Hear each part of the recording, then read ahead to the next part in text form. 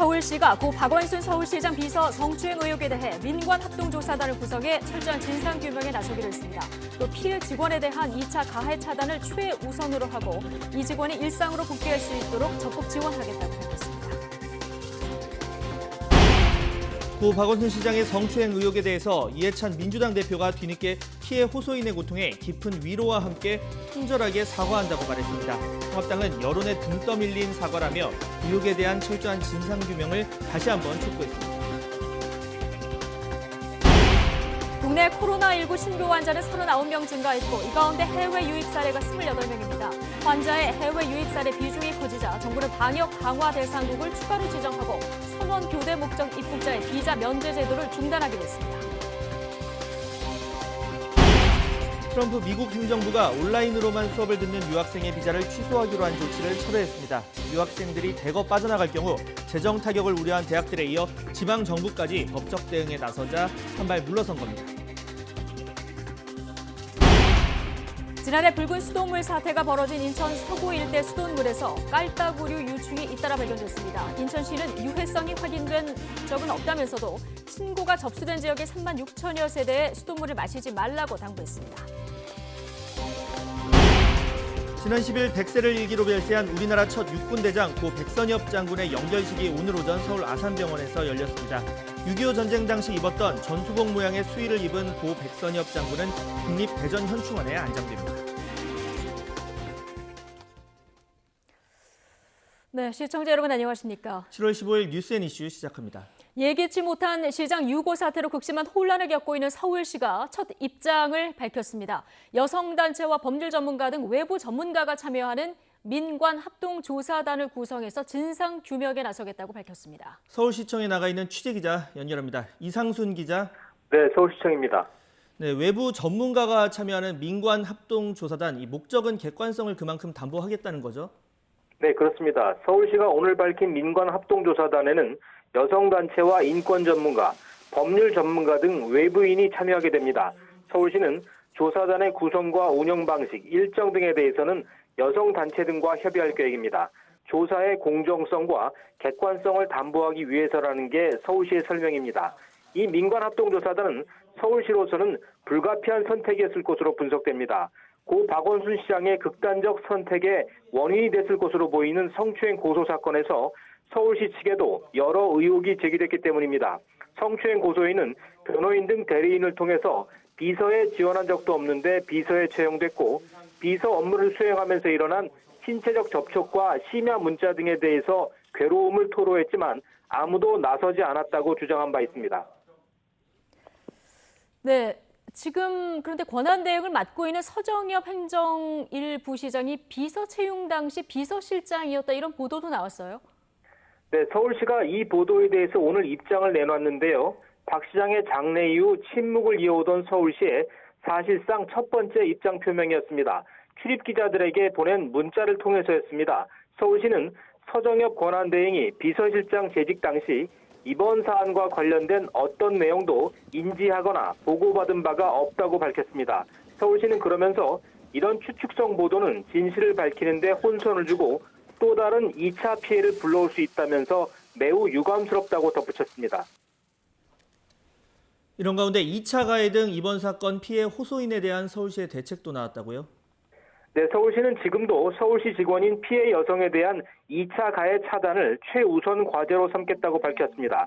서울시는 이미 신상 공개와 유포, 인신 공격 등이 이루어지지 않도록 각 부서에 공문을 보냈습니다. 서울시는 2차 가해가 확인될 경우 징계 등으로 엄정 대응하고 부서장도 문책하겠다고 덧붙였습니다.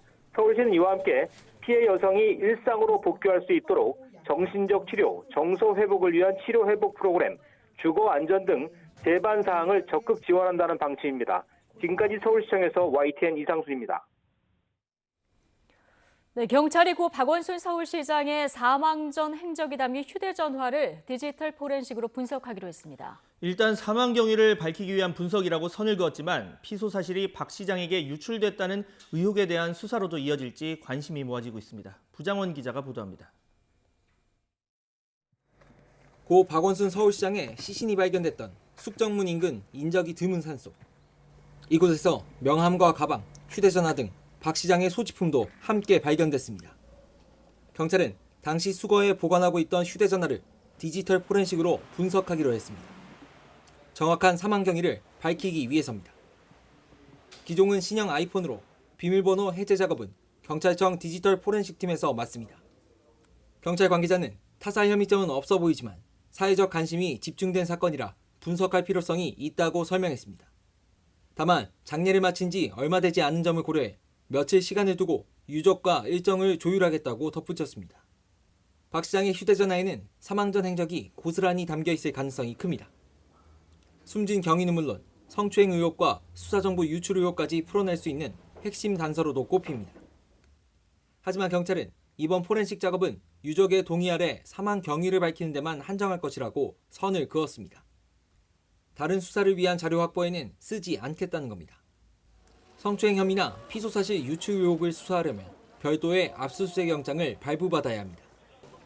그러나 고소인의 기자회견 이후 진실규명에 대한 목소리가 더욱 커진 만큼 추가 수사로 이어질지에 관심이 쏠리고 있습니다. YTN 부정원입니다. 네, 고 박원순 서울시장으로부터 성추행을 당했다고 호소한 전직 비서 A씨. 지난 8일 오후에 경찰에 고소장을 제출했었죠. 고소 1시간 전쯤 서울시 내부에서 박 시장에게 불미스러운 일이 있느냐고 물었던 정황이 확인됐습니다. 김주환 기자가 보도합니다. 고 박원순 서울시장이 성추행 피소권을 언제 알았느냐와 관련해 서울시 임순영 젠더특별보좌관이 고소 당일인 지난 8일 박 시장에게 관련 사실을 되물었던 것으로 확인됐습니다. 이때가 피해 여성이 경찰에 고소장을 제출하기 1시간 전쯤인 지난 8일 오후 3시쯤이었습니다. 임 특보는 YTN과의 통화에서 자신은 박 시장 관련해 불미스러운 소문이 나돌아 박 시장에게 집히는 일이 없냐고 되물었을 뿐이라고 주장했습니다. 그러면서 피소 사실을 사전에 알고 보고했다는 건 사실이 아니라고 밝혔습니다. 이후 박 시장은 그날 밤 9시쯤 공관에서 젠더특보 등 최측근 몇 명과 비공식 대책회의를 열었던 것으로 전해졌습니다. 그동안 서울시는 박 시장이 실종된 상태였던 지난 9일에야 고소 사실을 언론 보도를 통해 알았다고만 밝혔습니다. 인권담당관이나 여성가족정책과 등 서울시 공식 창구로는 관련 사항이 접수되지 않았다는 게 서울시의 설명이었습니다. 다만 서울시 정무라인을 통해 피소 사실을 사전에 인지했을 가능성은 배제할 수 없습니다. 이에 대해 임 특보도 피소 사실은 다른 경로를 통해 박 시장에게 보고됐을 것으로 본다고 말했습니다. 현재까지는 경찰이 고소 사실을 청와대에 알렸다는 내용만 확인된 상황입니다. 피소 사실을 알렸다는 의혹에 대해서는 청와대와 경찰, 서울시 등 관련 기관 모두 부인하고 있어 경찰에 박 시장 휴대전화 디지털 포렌식 결과에 관심이 쏠리고 있습니다. YTN 김주환입니다. 네, 경찰이 고 박원순 서울시장의 사망 경위를 조사하기 위해서 고한석 전 서울시 비서실장을 불러서 조사하고 있습니다. 서울 성북경찰서는 오늘 오전 9시부터 고 전 비서실장을 참고인 신분으로 불러 조사하고 있다고 밝혔습니다. 고 전 실장은 박 시장이 실종되기 전인 지난 9일 오전 마지막으로 만나 대화를 나누었던 인물로 전해졌습니다. 이런 가운데 고 박원순 서울시장을 성추행 혐의로 고소했던 전직 비서 A씨에 대한 허위 사실 등을 유포한 누리꾼들에 대해서 경찰이 수사에 착수했습니다. 서울지방경찰청 여성청소년과는 A씨에 대한 2차 가해 사건과 관련해서 사이버 수사팀 1개 팀을 지원받아 본격적으로 조사를 시작했다고 오늘 밝혔습니다. 더불어민주당 이해찬 대표가 고 박원순 전 서울시장의 성추행 의혹에 대해서 직접 사과하며 여론 진화에 나섰습니다. 의혹에 대한 진상규명을 강조하고 있는 미래통합당은 고소 사실이 사전에 유출된 정황을 반드시 밝혀야 한다며 경찰청을 항의 방문하기로 했습니다. 국회 취재기자 연결합니다. 최민기 기자. 네, 국회입니다. 예, 자 오늘 민주당 이해찬 대표가 직접 사과에 나섰군요. 네, 그렇습니다. 민주당 이해찬 대표가 고 박원순 시장 성추행 의혹에 대한 비판 여론이 커지자 뒤늦게 직접 고개를 숙였습니다. 이 대표는 오늘 오전 당 최고위원회의에서 통절한 사과의 말씀을 드린다며 이같이 말했습니다. 또 국민께 큰 실망을 드리고 행정 공백이 발생한 데 대해 책임을 통감한다며 피해 호소인이 겪은 고통에 위로 말씀을 드린다고도 언급했습니다. 이 대표의 발언 직접 들어보겠습니다. 피해 호소인께서 겪으시는 고통에 깊은 위로의 말씀을 드리며 이런 상황에 대해 민주당 대표로서 다시 한번 통절한 사과의 말씀을 드립니다. 다만 이 대표는 고인의 부재로 인해 현실적으로 당 차원의 진상조사는 어렵다며 서울시에서 사건 경위를 철저히 밝혀달라고 말했습니다.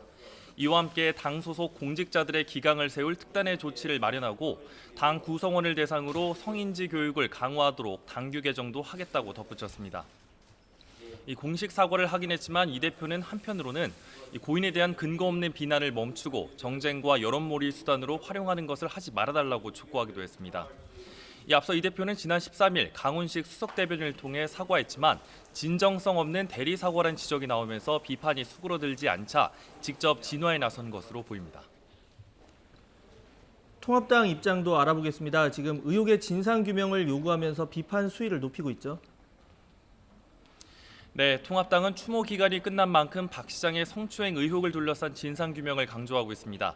이해찬 대표의 뒤늦은 사과도 여론에 등 떠밀린 사과라는 반응입니다.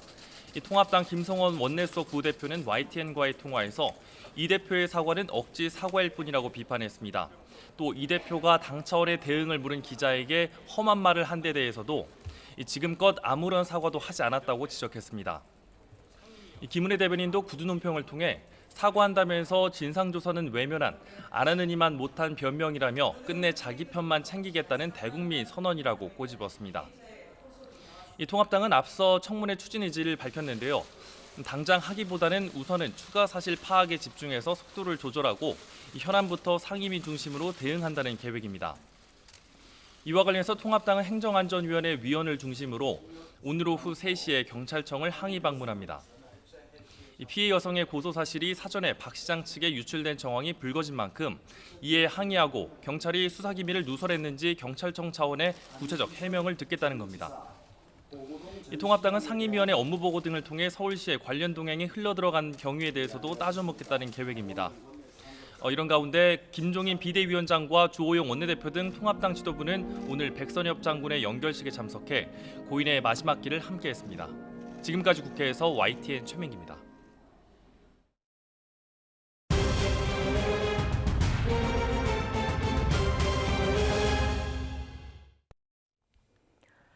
네, 어제 하루 국내 코로나19 신규 환자는 39명 발생했습니다. 이 가운데 해외 유입 환자는 28명이었습니다.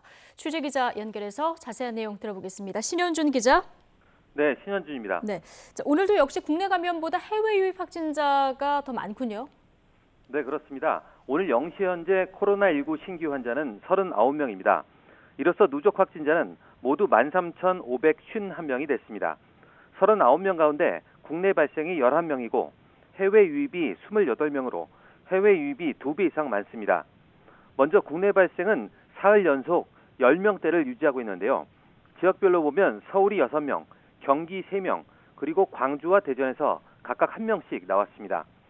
해외 유입은 지난달 26일 이후 20일째 두 자릿수 증가를 이어가고 있습니다. 28명 가운데 검역 과정에서 23명이 확인됐습니다. 나머지는 입국 뒤 격리 중에 확진됐는데 지역은 경기가 2명, 대전 2명, 인천이 1명입니다. 사망자는 늘지 않아 누적 사망자는 289명을 유지했습니다. 또 66명이 퇴원해 완치율은 91.1%로 높아졌습니다. 지금 해외에서 유입되는 확진자가 많아지면서 정부가 방역 강화 대상 국가를 추가로 지정하기로 했다고요? 네, 현재 방역 강화 대상 국가는 4곳입니다. 방글라데시와 파키스탄, 카자흐스탄, 키르기스스탄이 지난 13일 지정됐는데요. 정부가 오는 20일, 그러니까 다음 주 월요일부터 2개국을 추가로 지정하기로 했습니다. 그렇게 되면 이 2개 나라도 비자와 항공편이 제한되고 항공권 발급과 입국 시 48시간 이내 발급한 코로나19 음성 확인서를 내야 합니다. 또 항공편의 좌석 점유율도 60% 이하로 운항해야 하고 부정기 항공편은 중지됩니다. 하지만 방역당국은 이 2개 나라가 어디인지는 공개하지 않았습니다. 오는 24일부터는 항공기로 입국하는 외국인 교대 선원의 입국 절차와 방역 조치도 강화합니다. 교대 선언은 지금까지는 비자 없이도 입국이 가능했지만 24일부터는 비자를 발급받아야 하고 48시간 이내 발급된 음성 확인서도 제출해야 합니다. 방역당국은 국내에 교대 목적으로 입국하는 거의 모든 외국인 선언에 해당하는 조치라고 설명했습니다. 지금까지 사회부에서 YTN 신현주입니다. 네, 이처럼 해외 코로나19 감염 확산세가 심상치 않은 상황에서 오늘 신규 확진자 가운데 해외 유입 감염 지역사회 2배를 넘어선 상황입니다. 방역당국은 방역 강화 국가의 추가 지정을 검토하는 등 공항과 항만에 대한 방역 지침을 강화했는데요. 인천공항에 나가 있는 취재기자 연결해 보겠습니다. 자, 손효정 기자. 네, 인천국제공항 제1터미널에 나와 있습니다. 예, 지금 해외 유입 확진자가 계속해서 늘어나고 있는데요. 인천공항 분위기 어떻습니까? 네, 제 뒤로 보이는 입국장 출구에선 방역복을 입은 직원들이 해외 입국자들에게 자가격리 같은 방역 수칙을 안내하고 있습니다. 그리고 터미널 한쪽에서는 오늘 태국에서 도착한 승객들이 해외 입국자 전용 버스를 기다리는 모습도 보이는데요. 입국자들은 시설이나 자택 두 곳 가운데 한 곳을 선택해 2주간 격리 생활을 해야 합니다. 다른 대중교통을 이용할 수는 없고 자가용이나 서울, 경기도, 전라북도 등 5개 지자체에서 마련한 전용 버스를 타고 돌아가야 합니다. 공항 측은 코로나19 이전보다 이용객이 97% 정도 줄어들어 제1터미널 입국장 6곳 가운데 2곳만 운영하고 있다고 밝혔습니다. 그럼에도 해외 유입 확진 사례는 계속되고 있습니다. 방역당국은 오늘 0시를 기준으로 신규 확진자 가운데 해외 유입 사례가 28명으로 지역사회 감염자의 2배를 넘어섰다고 밝혔습니다. 해외 유입 확진자도 총 1,919명에 달하는데요. 최근 일주일 동안 지역사회에서 감염된 사례보다 해외에서 유입된 사례가 더 많습니다. 특히 오늘까지 20일째 해외 유입 확진자가 2자릿수를 기록하고 있습니다. 중국을 제외한 아시아 지역과 미주 지역 출신 감염자가 70%를 차지하고 있는데요. 코로나19 유행 초기에는 해외 입국자 가운데 주로 교민이나 유학생 등 내국인이 많았지만 최근에는 외국인 비중이 높아지고 있습니다. 방역당국은 미국과 일본에서 코로나19 유행이 다시 시작되는 추세고 인도나 중남미에서도 확산세가 더 가팔라지는 만큼 해외 감염 상황을 심각하게 보고 방역을 더욱 강화한다는 방침입니다. 지금까지 인천국제공항 제1터미널에서 YTN 손유정입니다.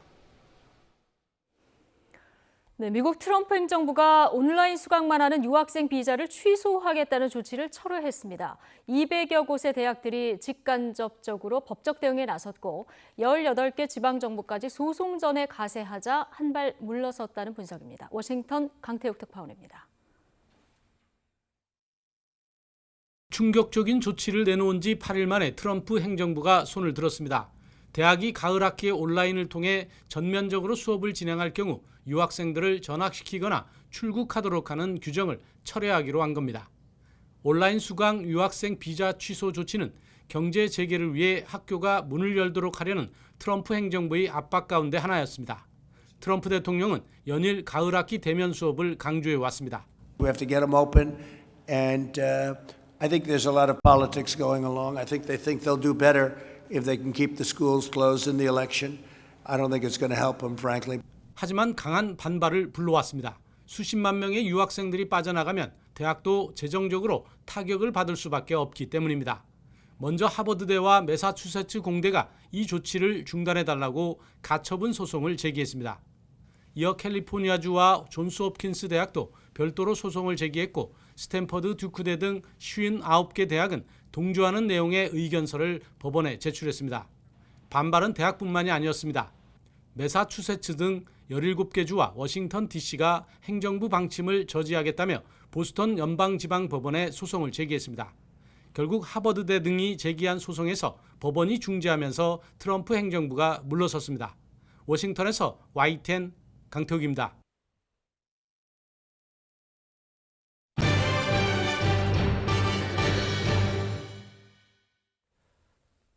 지난 10일 100세를 일기로 별세한 우리나라 첫 육군 대장 고 백선엽 장군의 연결식이 오늘 서울 아산병원에서 열렸습니다. 지금 대전 현충원에서는 안장식이 열리고 있습니다. 정문 앞에서는 백 장군의 현충원 안장을 둘러싼 찬반단체의 대치도 이어졌습니다. 취재기자 연결해서 자세한 내용 알아보겠습니다. 김문경 기자.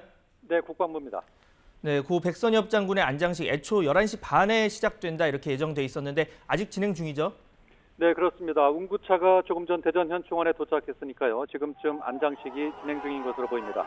포토 작업 등 일정을 모두 마치려면 안장식은 오후까지 계속될 것으로 보입니다. 앞서 연결식은 아침 일찍 서울 아산병원에서 서욱 육군 참모총장의 주관으로 열렸습니다. 연결식엔 유가족과 함께 정경두 국방부 장관, 로버트 에이브럼스 한미연합사령관, 김유균 청와대 국가안보실 1차장 등 70여 명이 참석했습니다. 서욱 육군 참모총장은 조사에서 고인은 백척간도 위기 속에서 낙동강 전선을 지키고 대한민국을 지켜냈으며 기계와 집념으로 처음으로 평양에 입성하는 등 오직 나라를 위한 헌신 그 자체의 삶이었다고 추모했습니다.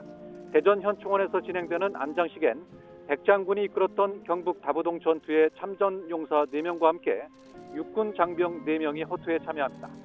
지난 10일 100세 일기로 별세한 백장군은 6.25 전쟁 때 각종 전투에 참여하고 1953년 1월 육군 대장으로 진급해 국군 역사상 최초의 사성 장군이자 6.25 전쟁 영웅으로 꼽혀왔습니다.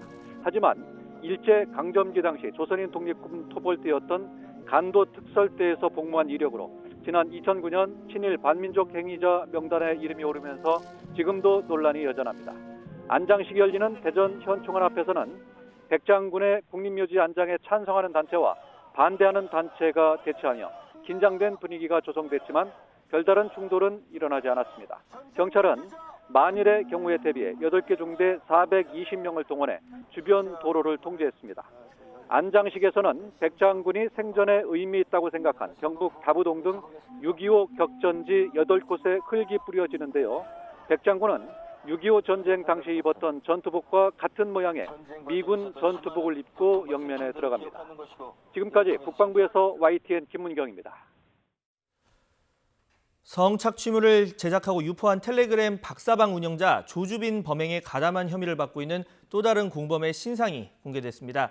나이는 29살, 이름은 남경읍입니다. 이 혐의를 인정하고 죄송하다고 취재진에게 밝혔는데 자세한 내용 알아보겠습니다. 홍민기 기자. 네, 서울 종로경찰서에 나와 있습니다. 네, 이 박사방 회원 가운데 또 한 명의 신상이 공개된 거죠? 네, 그렇습니다. 29살 남성 남경읍입니다. 오늘 아침 8시쯤 이곳 종로경찰서 유치장에서 서울중앙지방검찰청으로 송치되는 과정에서 신상과 함께 얼굴이 공개됐는데요. 검은 뿔테 안경에 검은 점퍼를 착용하고 마스크와 모자는 쓰지 않은 상태였습니다. 남경읍은 고개를 숙인 채 취재진의 질문에 답했는데요. 혐의를 인정한다면서도 피해자에 대한 구체적인 사과는 하지 않았습니다. 직접 들어보겠습니다. 피해자에게 하실 말씀 없습니까? 죄송합니다. 그 말 더 하실 말씀 없으세요? 죄송합니다. 성착취 범죄 가담하신 동기 어떤 거예요? 죄송합니다. 혐의는 인정하시나요? 인정합니다. 네, 이후 운영자 조주빈과의 관계, 박사방 내 역할 등을 묻는 취재진의 질문엔 답하지 않은 채 경찰서를 떠났습니다. 남경읍은 박사방 유료 회원으로 활동하면서 피해자들을 유인해 조주빈이 성착취물을 제작하는 데 가담하고 조주빈의 범행을 모방해 피해자를 협박한 혐의를 받습니다. 경찰은 지난 13일 오후 심의위원회를 열고 박사방 회원 29살 남경읍의 신상 공개를 결정했습니다. 경찰은 인권침해와 주변인의 2차 피해 문제 등도 검토한 결과 박사방 범죄에 적극적으로 가담한 데다 재범 위험성이 높아 공개를 결정했다고 설명했습니다. 조주빈과 강훈, 이원호에 이어 남경읍의 신상이 공개되면서 박사방과 관련해 신상이 공개된 피의자는 4명으로 늘었습니다. N번방 관련 문형옥과 안승진을 포함하면 성착취 범죄 피의자로서는 6번째 신상 공개입니다. 앞서 서울지방경찰청은 박사방 관련 수사를 운영자 조주빈 공범과 박사방 유무료 회원 수사로 크게 두 갈래로 나눠 진행하고 있다고 밝혔습니다. 경찰은 이 밖에 박사방 조력자와 영상 제작자, 성착취물 영상을 소지 유포한 자 등 가담자에 대해서도 수사를 이어가겠다고 밝혔습니다. 지금까지 서울 종로경찰서에서 YTN 홍민기입니다.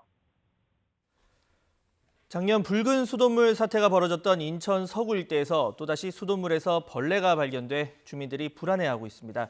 주로 저층 빌라에서 발견되고 있는데 해당 지역 3만 6천여 세대에 비상이 걸렸습니다. 강희경 기자가 보도합니다.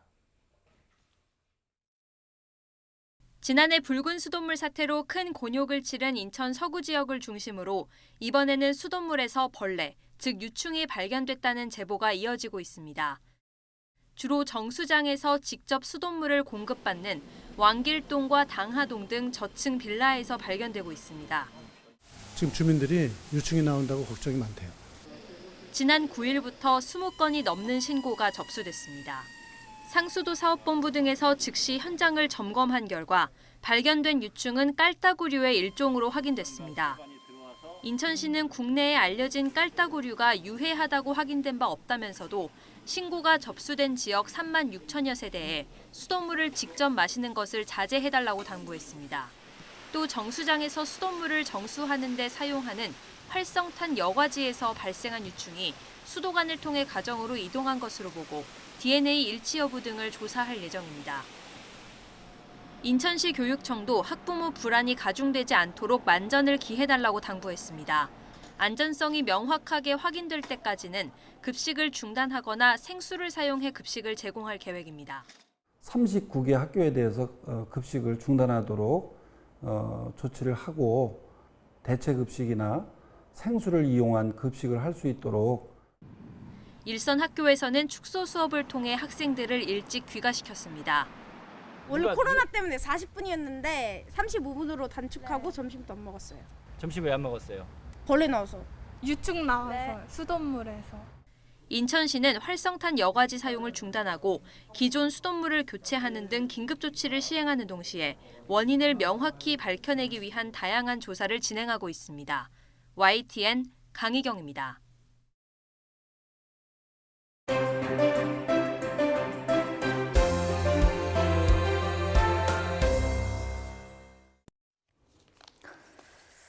네, 지난주 고 박원순 서울시장의 비보가 많은 이들에게 충격을 안겨주면서 정치권에도 계속 파장을 불러일으키고 있습니다.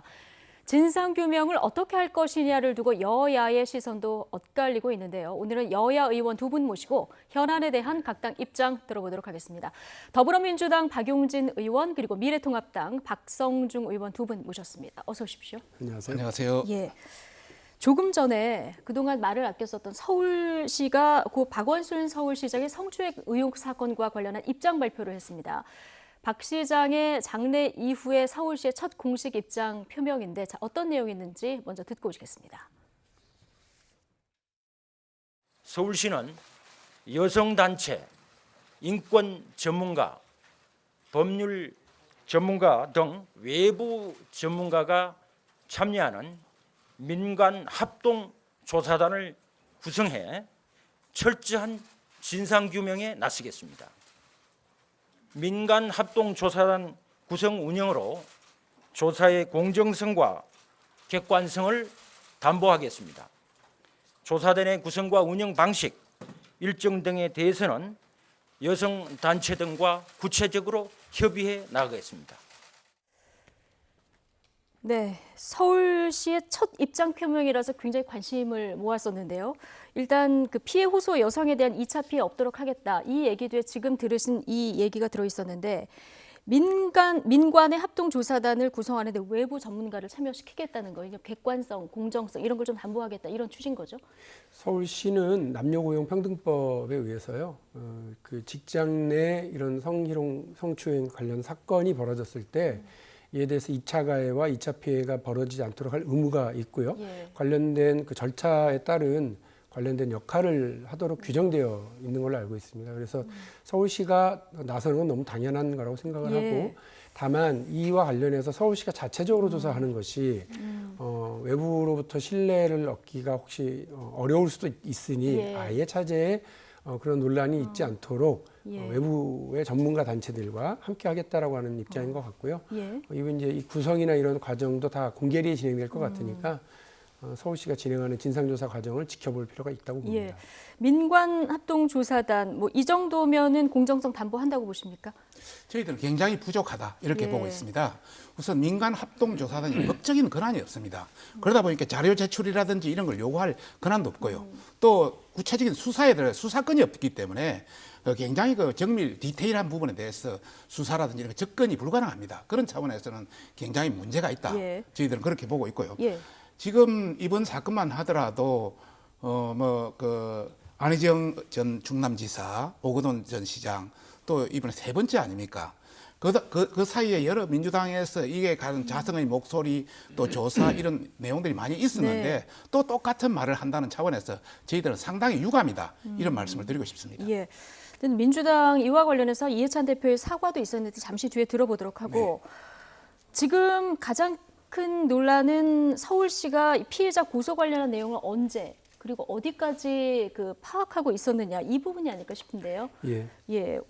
이게 어떤 경로를 통해서 전해졌을까 이 대목에서 이제 젠더특보 임순영 젠더특보 얘기가 나왔었는데 오늘 기자들의 질문이 있었습니다. 근데 이 부분은 젠더특보가 직접 밝혀야 될 얘기다.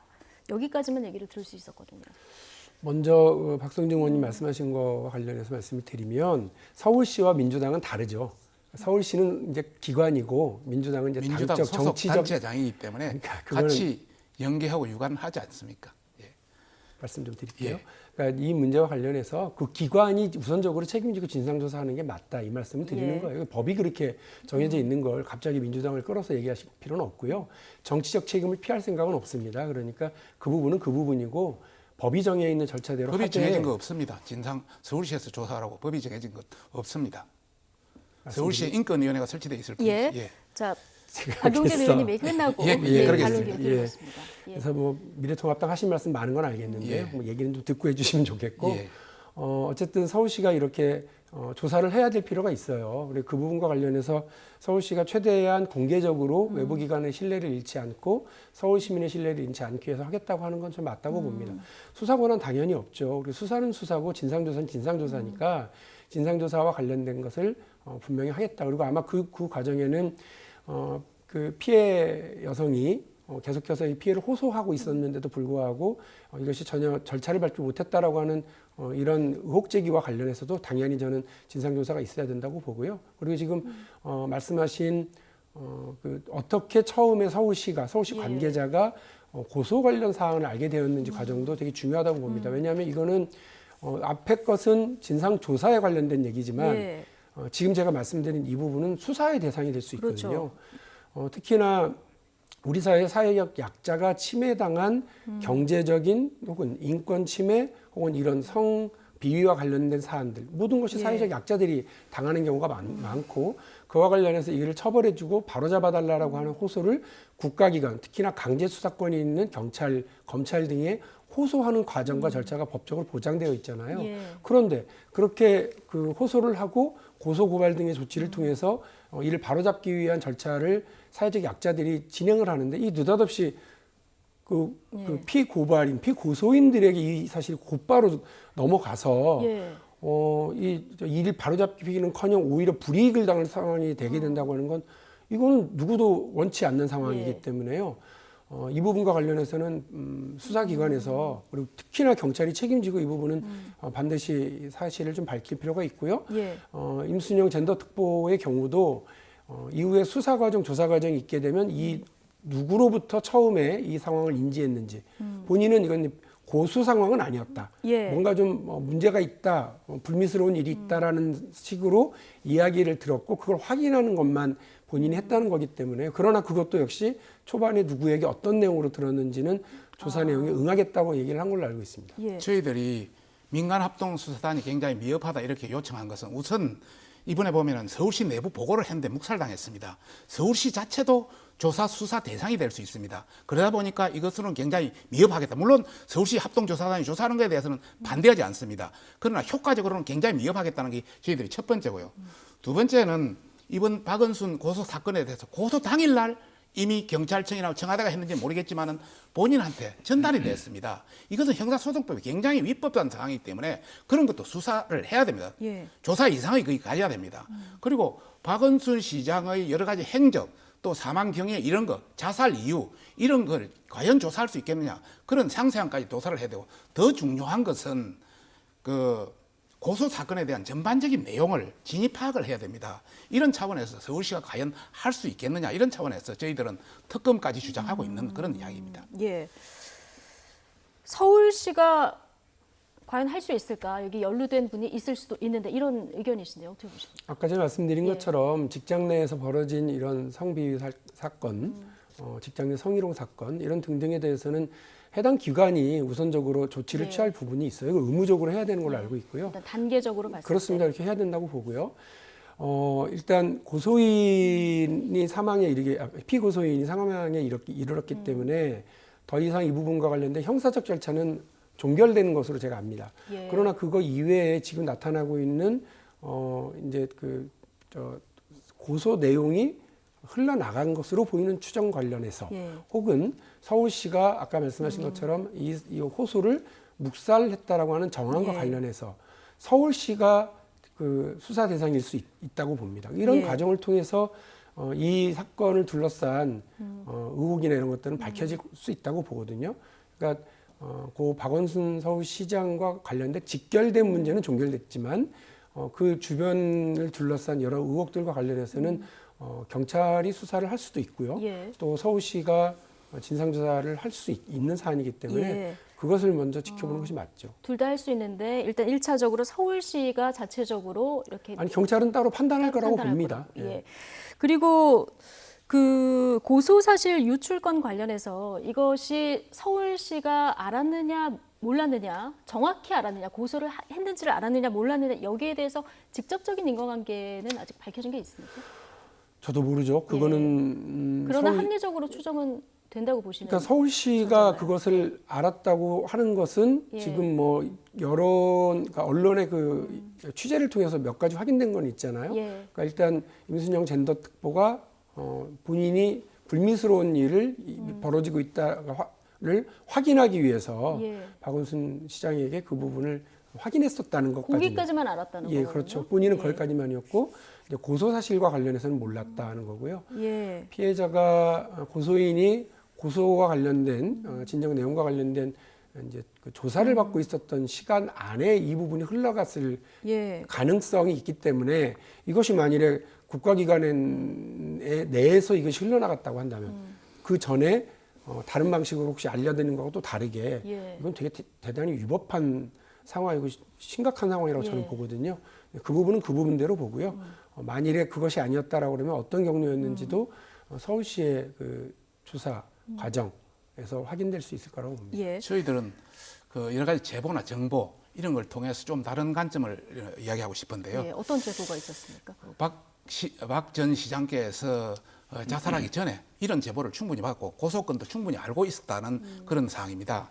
우선 박 시장의 박 전 시장의 성폭력 관련해서는 지난 총선 때 그 비서실 직원이 성폭력 사건이 있었습니다. 네. 이 사건도 박 시장과 무관하지 않다. 그것이 4월 중순입니다. 그 다음에 5월 무관하지 않다는 거는 뭐 제보가 있었다는 거지 이건 확인되는 건 없는 확인된 거죠? 거는 아닙니다. 예. 상당히 연관성이 있다는 저희들도 심정을 붙이고 있습니다만 확실히 확인된 건 아니기 때문에 예. 그다음 두 번째 이거는 오늘 아닌 예. 것으로 오늘 실감한 말씀. 언론 보도가 알겠습니다. 정정이 됐는데 두 번째는 그 지금 바로 김재련 잡으시는 게 좋을 것 변호사 같아요, 의원님. 한국 성폭력 상담 충분히 가능성이 있습니다. 한국 성폭력 상담소 부소장이 김재련 어제 변호사가 발표했는데 이분이 5월 12일 날 이미 이 비고소인의 상담을 했습니다. 상담 관련. 근데 2달 전에 이미 상담을 했습니다. 이런 관련해서 상담이 상당히 이루어지고 예. 5월 27일 날 법적 검토까지 들어갔다면은 어떤 경로를 통해서라도 어떤 뭐 아까 그 특보라든지 뭐 이런 예. 다른 루트를 통해서 가능성 여지도 있다. 예. 뭐 이런 걸 두 번째로 말씀드리고 싶고 예. 세 번째는 아까도 말씀드렸다시피 고소 당일 날 이미 전달돼서 그 사전 대책회의도 했고 이런 정황들이 있기 때문에 충분히 박 전 시장이 이 고소했다는 사실도 알고 있었고 그 이전 정황도 충분히 파악했다. 이런까지 다 밝혀지려면 서울시 진상조사단으로는 좀 부족한 거 아니냐. 물론 서울시 진상조사단은 조사단으로서의 역할을 그 한계 내에서 하겠지만은 더 어떤 엄격한 조사, 예. 중립적인 조사 기관이 필요하다. 저희들은 그렇게 생각하는 예. 겁니다. 박성중 의원님 이거 굉장히 좀 조심스러운 사안이라서 네네. 아까 앞서 말씀하신 서울시 공무원 건 연계는 그것도 이 부분은 밝혀진 게 아무것도 없고요. 서울시 시장 예. 비서실에서 일어난 사건입니다. 아니 예. 그렇다고 저희들은, 해서 지금 그래서 아까 의원님 정보나 뭐라고 제보라고 그러셨느냐. 이야기를 정보나 했어요. 제보 단계다. 정보나 예, 제보라고 반론을- 이야기했습니다. 내가 아니, 그거를 확실한 성폭력 사항이라는 이야기를 한 건 아니고 성폭력 사건과 상당한 관련을 박원순 사항도 시장이 있습니다만. 있다라고 얘기를 하시면 어떡해요. 있습니다만은 박원순 시장님의 비서가 아니었습니다. 예. 더 이상 이야기를 하지는 않겠습니다. 예. 그거하고 고 박원순 시장과 그 비서실에서 벌어진 그거는 이미 기사에 났잖아요. 비서실에서 벌어진 그 성폭력 사건과 관련돼서 박원순 시장이 그 관련이 있다라고 얘기하시는 건 틀린 문제예요. 관련이 있다는 것이 아니라 그렇게 얘기하셨어요. 그러니까 아니, 취소해 주셨으면 좋겠어요. 박원순 시장 비서관과 그 A 씨라든지 이런 여러 가지 관련 사건이 같이 연계될 가능성이 있다고 이야기를 한 겁니다. 그 구체적인 걸 말할 수도 있지만은 그거는 정보나 제보기 때문에 그거는 지금 팩트가 확인된 게 예, 아니기 확인된 때문에 아니기 여기서 접도록 말씀드리기는 하겠습니다. 그 의혹에 곤란합니다. 대해서는 그냥 예. 여기서 얘기를 그냥 접도록 하고요. 네네. 그 피해를 호소하는 여성이 지금 서울시 아까 입장을 들어보면 여성 단체를 통해서만 얘기를 해서 지금 서울시에 누구도 접촉을 안 하고 있다. 그래서 이 잘 파악을 안 되고 있다 이런 얘기를 이제 서울시 관계자가 앞서 이제 한 얘기를 저희가 들었었거든요. 이 피해 여성은 계속 서울시에 내가 이 피해를 당하고 있다는 거를 지속적으로 얘기를 했다고 하는데 이건 어떻게 되는 걸까요? 아까 말씀드린 것은 그 예. 부분도 진상조사 대상으로 삼아야 될 거라고 생각을 하고요. 그 굳이 서울시가 네. 그 고소인을 직접 상대하거나 할 필요는 없습니다. 당연히 법률 대리인이 네. 있고 또 이런 경우에 특히나 직장 내 성희롱 성추행 관련된 사건과 관련해서는 이제 법률 대리인 혹은 입장 전체를 이제 대변하는 그런 단체나 이제 또 담당자들이 선정될 수 있거든요. 네. 대리인이 선정될 수 있으니까 그분들 통해서 파악할 수 있고 입장을 전해줄 수 있다고 생각을 해요. 그러니까 서울시가 굳이 그 서울시라고 하는 기관에게도 법적 책임이 있고요. 이런 일이 벌어지게 된 것과 관련해서 그리고 서울시도 그러니까 이 피해 여성에게 그 법적 책임 예. 또 물적 책임 이런 걸 져야 될 부분이 나중에 이제 그 대상입니다. 그 책임을 질 것인지에 대한 대상이기 때문에 서울시 조사에 응하는 것에 대해서도 본인이 회피할 수 있어요. 대리인을 통해서 할 수 있기 때문에 서울시는 그런 부분 정확하게 인지하고 진행을 할 거라고 봅니다. 예. 이 또한 지켜봐야 되는 상황인 거고요. 경찰이 박 전 시장 휴대전화 포렌식에 나섰습니다. 일단 사망 경위 밝히는데 한정하겠다 이런 입장인데 지금 뭐 2차 가해 고소건도 수사에 들어간 상황이고 여러 가지 의혹들도 나오는 상황이라 이렇게 한정해서 수사를 할 수 있을까요? 원칙적으로는 그 박원순 전 시장의 사망 사건에 한정해서 하는 것이 맞죠. 예. 뭐 혹시 또 박원순 시장이 워낙 그 넓은 정치인이기 때문에 많은 사건이 연계될 수 있기 때문에 원칙적으로 맞습니다. 다만 저희들이 하는 것은 박원순 시장의 직접적인 이 한 대의 전화뿐만 아니라 박원순 시장이 가진 또 다른 전화라든지 이런 걸 비서실을 통하면 전부 알 수 있거든요. 그러면 그 전반적인 광범위한 수사를 통해서 수사나 조사를 통해서 여러 가지 어떤 박원순 시장의 자살 원인, 여러 가지 행적 또 다른 여러 가지 사항을 충분히 해명할 수 있다고 저는 생각합니다. 그런 어떤 포렌식 수사라든지 이런 개념을 하기 위해서는 서울시 합동 수사단가이고는 도저히 능력이 닿지를 않는다. 그래서 경찰이라든지 검찰, 더 안 되면 특검까지도 가서 정말 이것은 우리 후세대, 우리 후배 세대를 위해서 명명백백하게 밝혀야 되는 것 아니냐. 그렇게 생각합니다. 예, 지금 얘기를 들어봤지만 진상 조사를 해야 하는 것에는 뭐 정치권 모두 한 목소리인데 이걸 어디까지 어떤 방식으로 해야 하나 여기에 지금 갑론을박이 이어지고 있는 것 같습니다. 자, 오늘 아침에는 더불어민주당 이해찬 대표의 직접 공식 사과도 있었는데요. 이 얘기 잠깐 듣고 오시겠습니다. 우리 당 광역단체장 2분이 중도에 사임을 했습니다. 당대표로서 너무 참담하고 국민께 뭐라 드릴 말씀이 없습니다. 다시 한번 국민 여러분께 송구하다는 말씀을 드립니다. 국민들께 큰 실망을 드리고 행정 공백이 발생한 것에 대해서 책임을 통감합니다.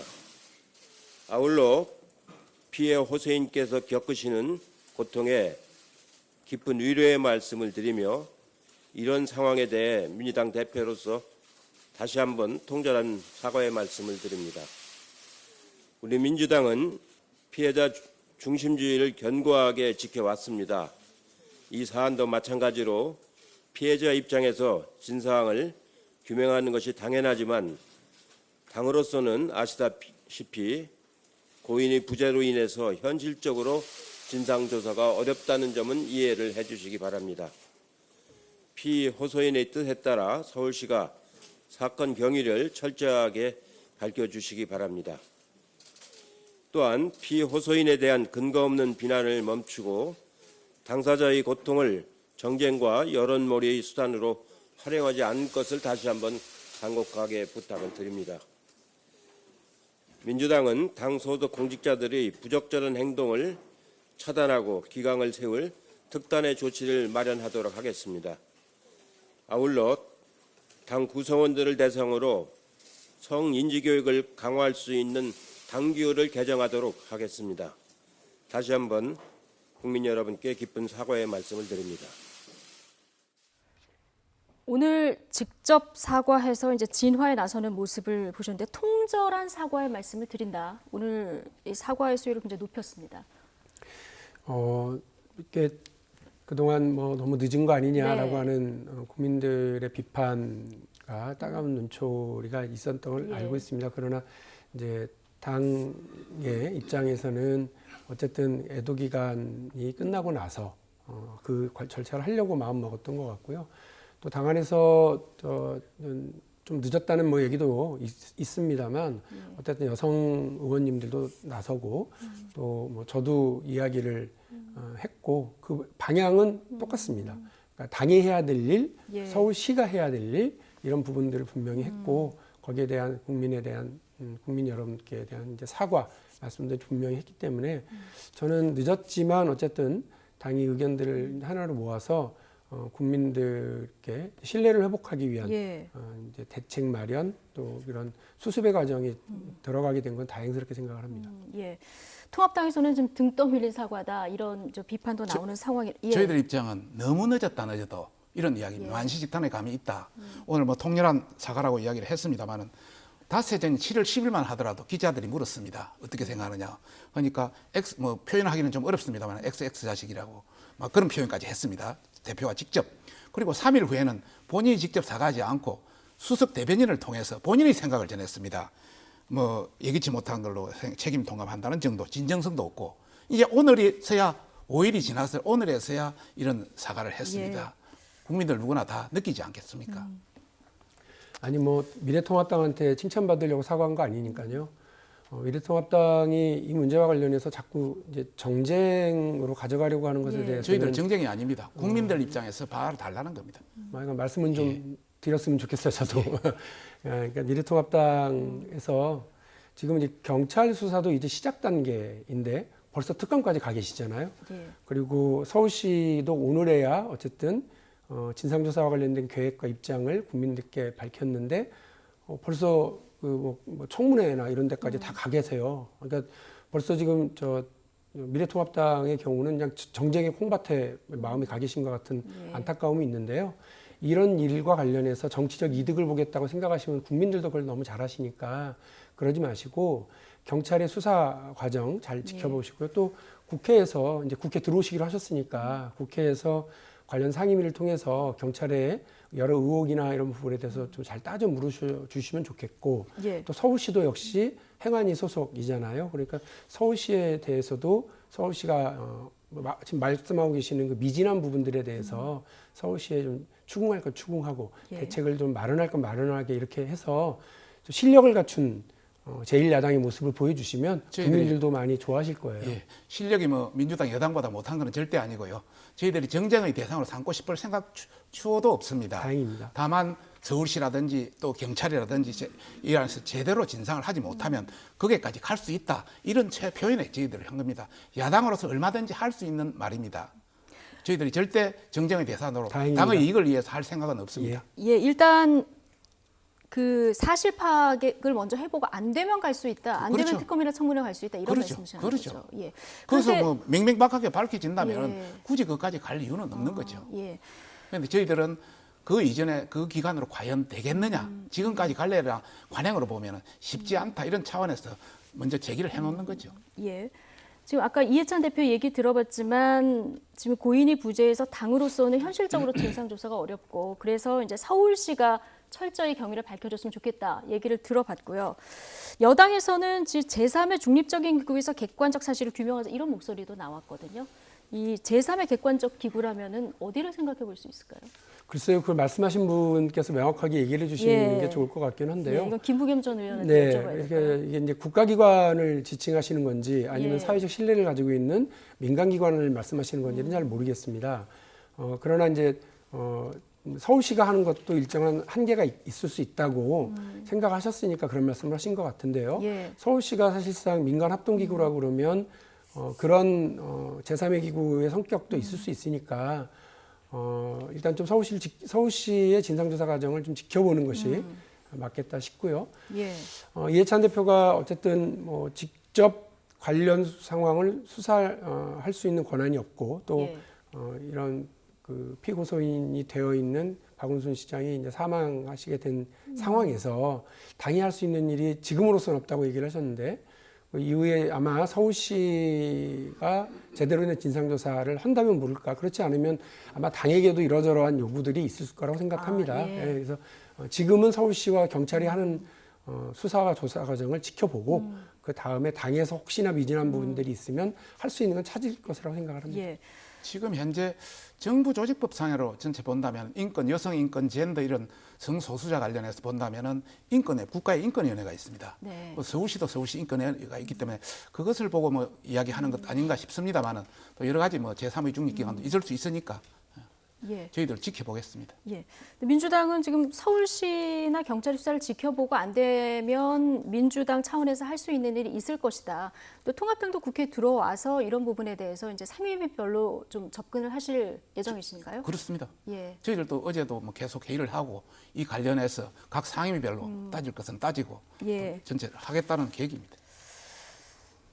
알겠습니다. 자, 어쨌든 지금 뭐 부산시장에 이어서 서울시장까지 지금 공석인 상황이라서 내년 보궐선거는 본의 아니게 지금 판이 커지는 이런 상황인데요. 자, 통합당은 이번 보궐선거에 사활을 걸겠다 이런 입장이고요. 여권에서는 조심스럽게 당원 당규를 고쳐서라도 후보를 내야 하지 않겠냐 이런 목소리도 나옵니다. 함께 듣고 오시겠습니다. 부산시장 선거 하나 정도 있을 때는 분명히 부산시 지역에 있는 우리 당원들의 목소리를 우선하되 어떤 당원의 엄중함 같은 것들이 여전히 좀 지켜졌으면 좋겠다라는 그런 생각이었는데요. 서울시장 선거까지 이게 이제 겹치게 되니까 사실은 이거는 결국 1년 후에 있을 대통령 선거하고 직결되는 이른바 큰 판이 되어버렸단 말이죠. 정당의 설립 목적이 있는 건데 그거 자체가 위협받을 정도라면 저희들이 다시 한번 당원들의 뜻을 물어봐야 되는 거 아니냐. 4월 재보선 얘기가 많이 나오고 있는데 당에서 후보를 내야 한다고 생각을 하시나요? 지금 그 논의를 할 시기가 아니라고 생각합니다. 그 재보선이 있는데 그 전에 사퇴를 하는 거는 안 맞지 않느냐 이런 얘기를 하고 있는데 거기에 대해서는 어떻게 생각하세요? 나중에 말씀드리겠습니다. 민심이 굉장히 고약하게 흐르고 있기 때문에 이러한 흐름을 제대로 파악을 해서 우리 미래통합당이 거기에 대한 적절한 대책을 갖다 강구해서 일반 국민 시민들에게 내놓을 것 같으면은 상당한 호응도 얻을 수 있지 않을까 이렇게 생각합니다. 비교적 좀 낙관적인 측면이 있다고 이렇게 생각을 하고 있습니다. 예.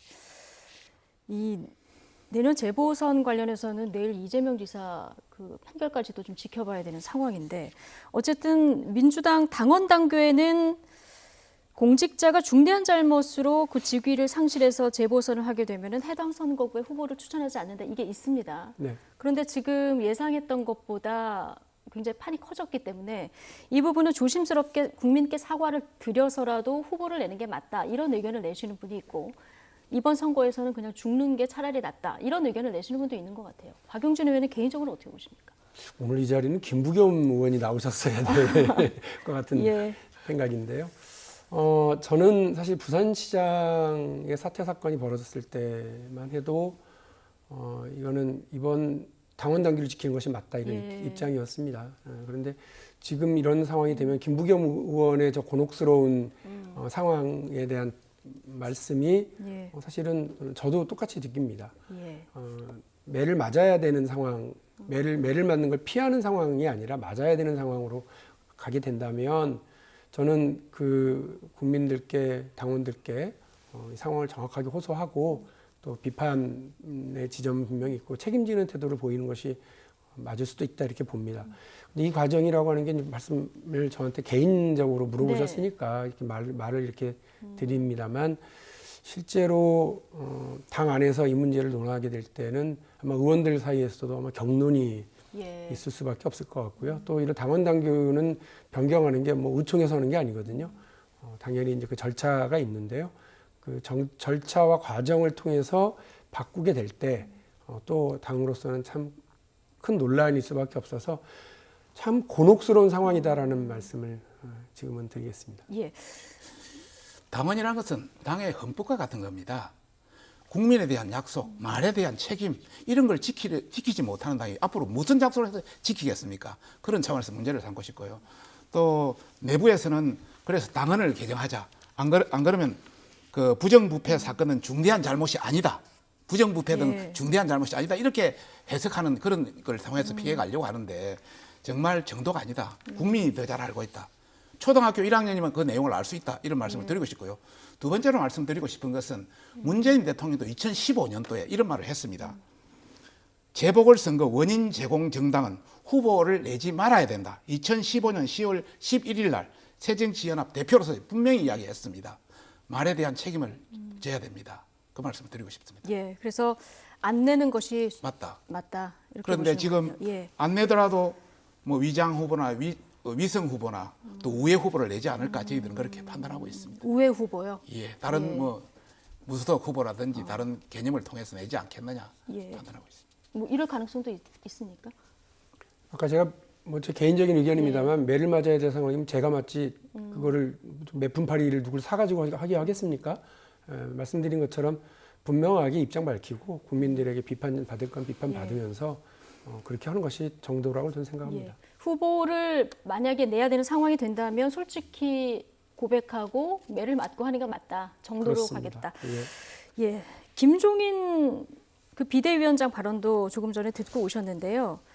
지금 민심이 좋지 않다. 내년 재보궐선거가 이제 통합당 입장인 거죠. 낙관적일 수 있다 이런 발언을 했던데 좀 성급하다 이런 지적도 있고 어떻게 보십니까? 좋은 그런 측면도 있습니다만 전체적인 국민의 어떤 감정, 여론 이런 걸 돌아가는 걸 보면은 최근에 박원순 시장 사건이라든지 또 부산시장이라든지 충남지사 사건도 연이어 강력시장이 민주당 소속이 다 터졌지 않습니까? 이런 그 문제와 함께 또 부동산 관련해도 굉장히 지금 민심이 안 좋거든요.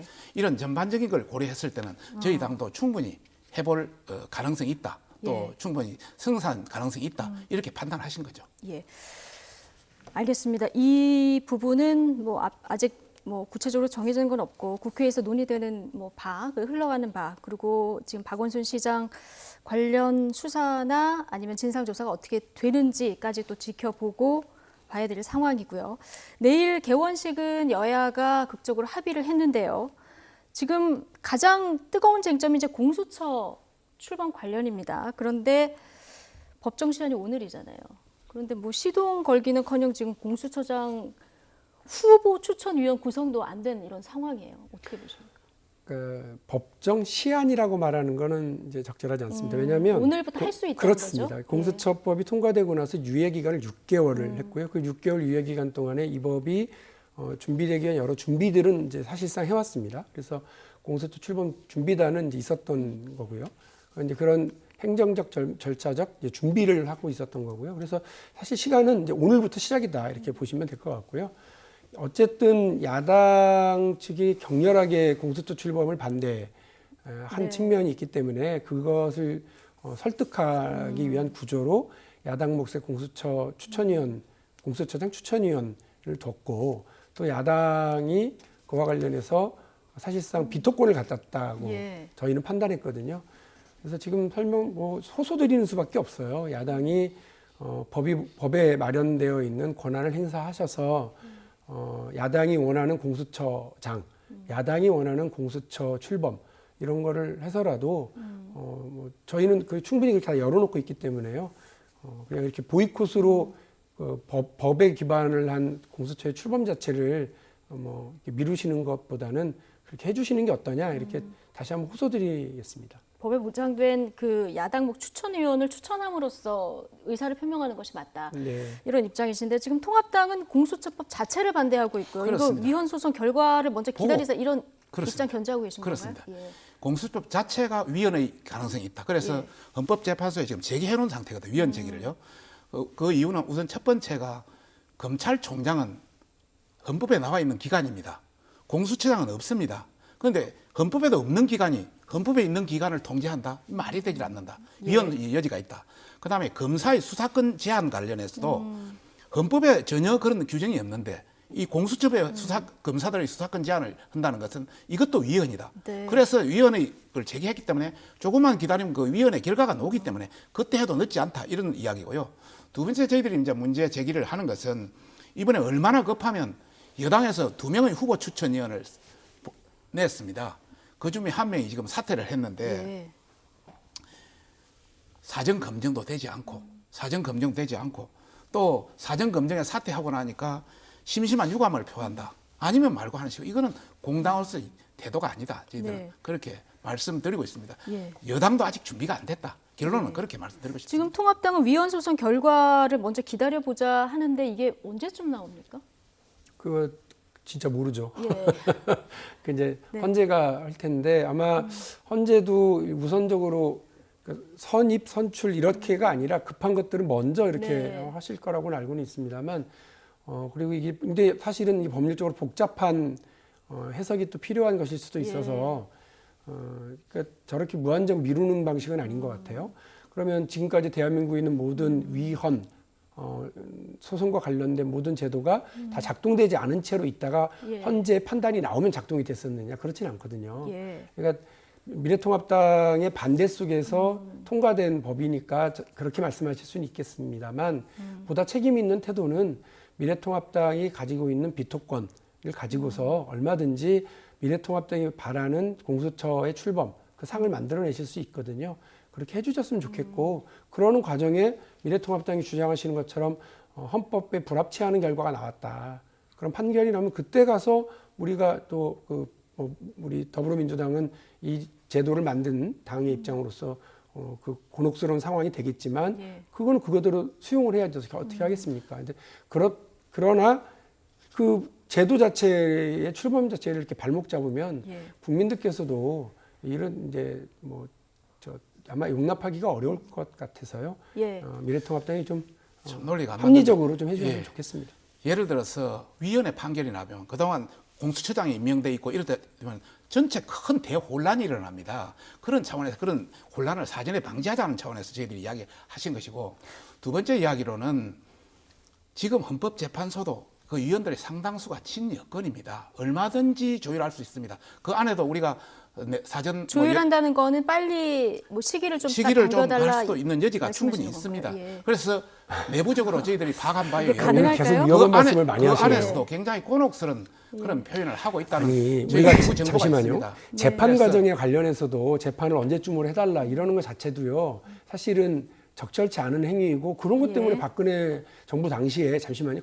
박근혜 정부 당시에 이런 걸로 그 재판 개입 이렇게 해서 그 줄줄이 지금 그 감옥에 가고 했었던 거 아닙니까? 근데 지금 말씀하시는 건 세상에 무슨 그 헌법재판소라고 하는 그 헌법적 기구와 관련해서 여당하고 친한 사람들 있으니까 잘 조율해봐라 이런 식으로 얘기하시는 게 어떻게 그 국회의원 입장에서 말씀을 그렇게 하세요? 참 말이 쉽게 놓으십니다. 지금 김경수 경남지사 같은 경우는 지금 2년을 고부에서 핸들링되고 있습니다.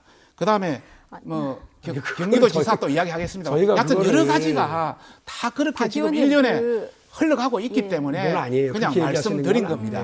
그러니까 그 박근혜 정부 당시에 그 법원 행정처장하고 또 비서실장하고 대통령 비서실장하고 이렇게 또 뭐 정무수석이라든지 민정수석을 통해서 이렇게 조율하고 이렇게 하는 것 자체가 지금 위법하다고 판단이 난 거 아니겠습니까? 그런데 지금 아무리 그 말씀을 편하게 하실 수 있는 입장이라 그래도 대한민국의 헌법재판소에 여당하고 가까운 사람도 있으니까 일정 잘 조율해서 해라 그렇게 얘기하시는 건 그거야말로 대한민국에 대한 그 정체성을 흔드는 말씀을 하시는 거예요. 그건 아닌 것 같아요. 지금까지 그대로 놔두는 것이 아니고 이것은 국가의 정체성 여러 가지 문제에서 상당히 시일이 필요하니까 협조를 해달라. 협조를 얼마든지 보낼 수 있는 거죠. 그 말씀으로 얘기하신 게 그것이 아니잖아요. 국가의 통치고 국가의 지위고 국가의 어떤 시스템의 확보지 아무것도 안 하고 그대로 무임승차 그대로 놔둔다.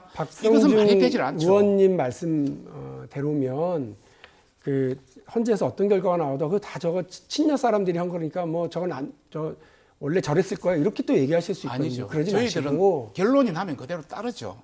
결론이 나면 따릅니다. 대신 위헌 나와서 혼란이 생기는 것보다 결과를 보고 하자. 뭐 그걸 누가 뭐라고 그러겠습니까만 어쨌든 이 말씀을 하는 과정에서 아까 또 박원순 시장과 관련해서도 부적절한 표현도 이번에도 또 부적절한 표현이신 것 같아서 일단 표현하지 않았습니다. 추론으로 얘기할 수 있는 정보 추론을 부분은 저희가 자제하면서 진행을 하도록 하겠습니다. 마지막 주제로 넘어가겠습니다. 바로 넘어가겠습니다. 부동산 정책 관련 얘기인데요. 정부의 이번 70 부동산 대책을 두고 또 의견이 분분합니다. 오늘 오전에 국토부 당정협의회에서는 수도권 추가 공급 대책도 발표됐는데 과연 뜨겁게 달아오른 부동산 시장에 불을 끌 수 있을지 관련 영상 보고 오시겠습니다.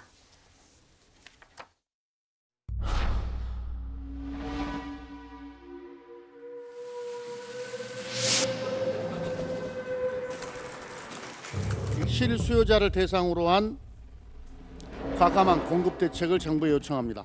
수도권 주택 공급 확대를 위해 정부의 과감한 발상의 전환과 대담한 접근이 필요합니다.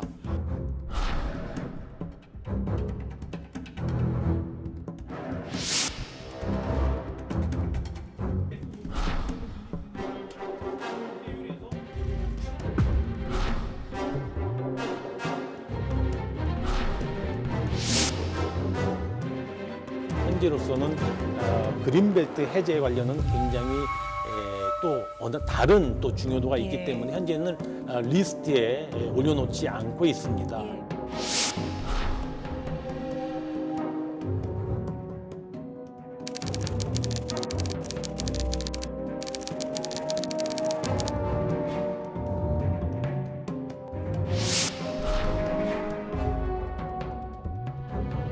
지금 현재 주택 공급이 부족하지 않습니다. 공급되는 물량이 다주택자들에게 돌아가는 것이 아니라 1주택 실수요자들에게 돌아가도록 만들기 위해서 이번 대책을 마련하는 것입니다.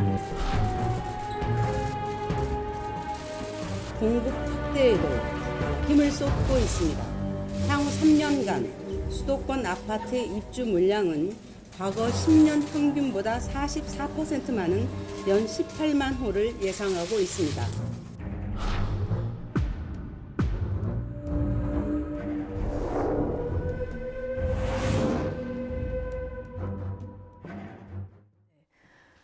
지금 부동산 대책 발표가 있은 이후에 이 공급 대책이 제대로 마련되는 거냐 아니냐 이 얘기가 좀 있었고요. 이제 김현미 국토부 장관 공급이 부족하지 않다 이런 얘기를 어제 라디오에서 했는데 뭐 일면 맞는 말일 수는 있는데 문제는 수요가 몰리는 거, 살고 싶은 곳에 공급이 부족하기 때문에 지금 부동산 가격이 오르는 거 아니겠습니까? 어떻게 보고 계십니까? 이 데이터가 뭔지 잘 모르겠어요. 그러니까 장관이 말씀하신 그 데이터와 아마 이렇게 언론에서 이렇게 파악하고 있어서 하는 거랑 수치가 좀 다르네요. 제가 알고 있는 수치랑 좀 달라서 제 인식도 사실은 공급이 좀 부족하다 이런 것이 있어요. 이제 특히나 서울 같은 경우는 어느 언론 보도에 따르면 해마다 한 10에서 12만 원 정도의 새로운 집이 필요한데 그 물량에 못 미치고 있다. 그리고 올해와 내년엔 더 줄어든다.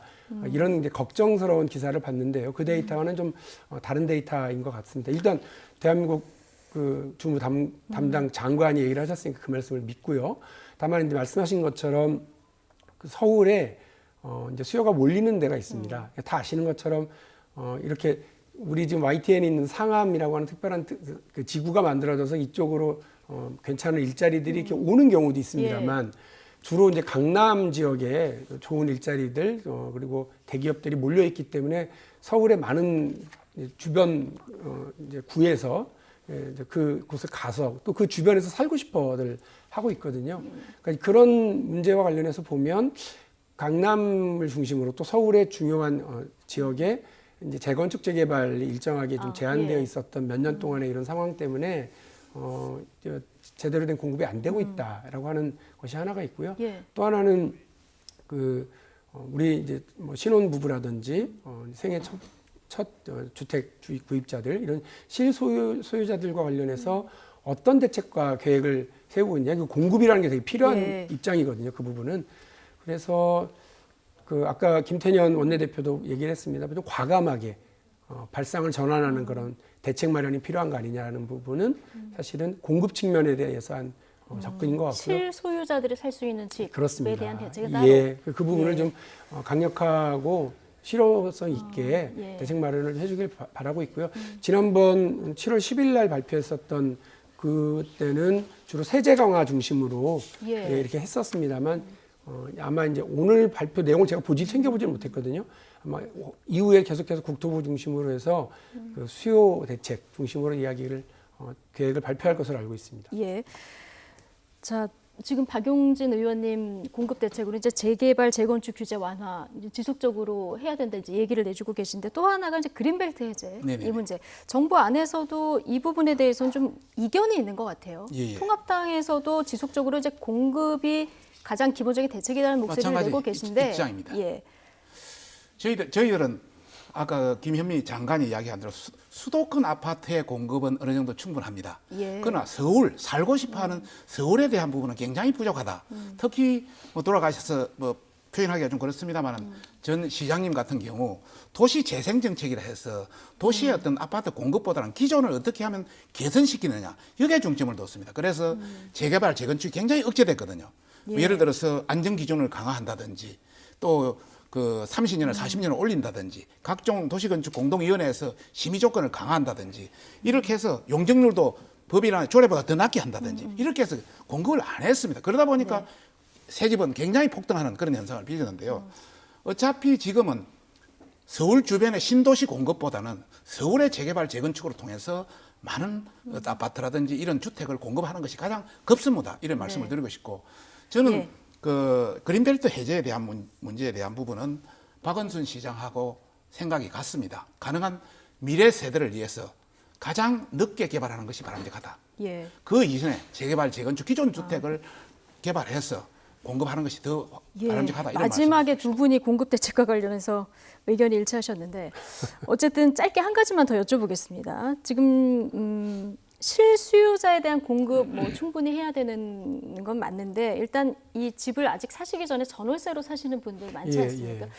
이 부분에 대한 우려도 좀 상당합니다. 특히 임대차 3법 이게 좋은 취지로 지금 국회에서 추진이 되는 건데 이게 오히려 전월세 가격을 더 급등시키는 거 아니냐 이런 지적도 나오거든요. 그렇죠. 그래서 사실은 제가 국토부의 핵심 관계자하고 전화 통화를 해봤어요. 그래서 이거 뭐 당장 이 시장에서 우려가 목소리가 나오는데 어떻게 보느냐 했더니 그게 90년, 91년 이때 전세대란 사태가 있었지 않습니까? 그때가 이런 경우였습니다. 그러니까 그 전세대란 사태가 벌어졌던 이전 상황에서 그 2년을 4년으로 늘렸을 때 한번 이런 그 전세 폭등이 있었거든요. 근데 그때와 지금은 좀 다르다고 얘기하더라고요. 뭐가 다르냐 그랬더니 그때는 주택 공급 상황이 95% 100%가 안 됐었던 지금은 이미 100%를 넘은 상황이라 100%가 넘은 상태이기 때문에 그때와 지금을 곧바로 보기는 좀 어렵다. 그리고 그와 관련된 다양한 우려와 이런 부분을 세심하게 점검하고 지금 대비 중이다. 라고는 얘기를 제가 들었습니다. 제가 뭐 이렇게 그 정책을 핸들링하지는 못하니까 국토부의 관계자 말씀을 제가 전하겠습니다. 이번에 이제 모든 전월세를 신고해야 전월세 신고제, 또 5% 이내 상한을 했는데 전월세 상한제, 그리고 계약갱신 청구권이라도 2+2년, 4년을 보장하는 이런 개념이 그 내용인데요. 상당히 급격한 시스템이다. 이런 말씀을 우선 드리고 싶고요. 급격한 시스템이다. 전체적으로 상당히 회의적인 생각이 든다. 회의적인 생각이 든다. 예전에 방금 이야기를 했습니다만 89년도 임대차 계약갱신을 1년에서 2년으로 늘렸습니다. 그때 7%씩 올라가던 것이 23%예요. 1년에 올랐습니다. 그래서 이것도 2+2년이면 4년 이후에는 굉장히 오를 수 있다. 여지가 억압됐다가 굉장히 오를 수 있다. 이런 차원이고요. 또 그 집주인이 세입자에게 전가할 수밖에 없다. 결국 그래서 그다음에 상호 계약에 의한 민법에 의한 부분입니다. 그래서 이게 문제가 있어가 하면은 쟁송해서 해결해야 되는데 그것도 굉장히 어렵다. 이런 차원에서 간단치 않다. 간단치 않다. 예. 지금 말씀하신 대로 이게 부동산 정책이 취지대로 의지대로 가면 좋은데 결과가 자꾸 거꾸로 나오다 보니까 참 해결하기 어려운 문제인 건 맞는 것 같습니다. 오늘 두 분 말씀 여기까지 들어야 될 것 같습니다. 더불어민주당 박용진 의원, 미래통합당 박성준 의원 두 분과 함께했습니다. 고맙습니다. 감사합니다.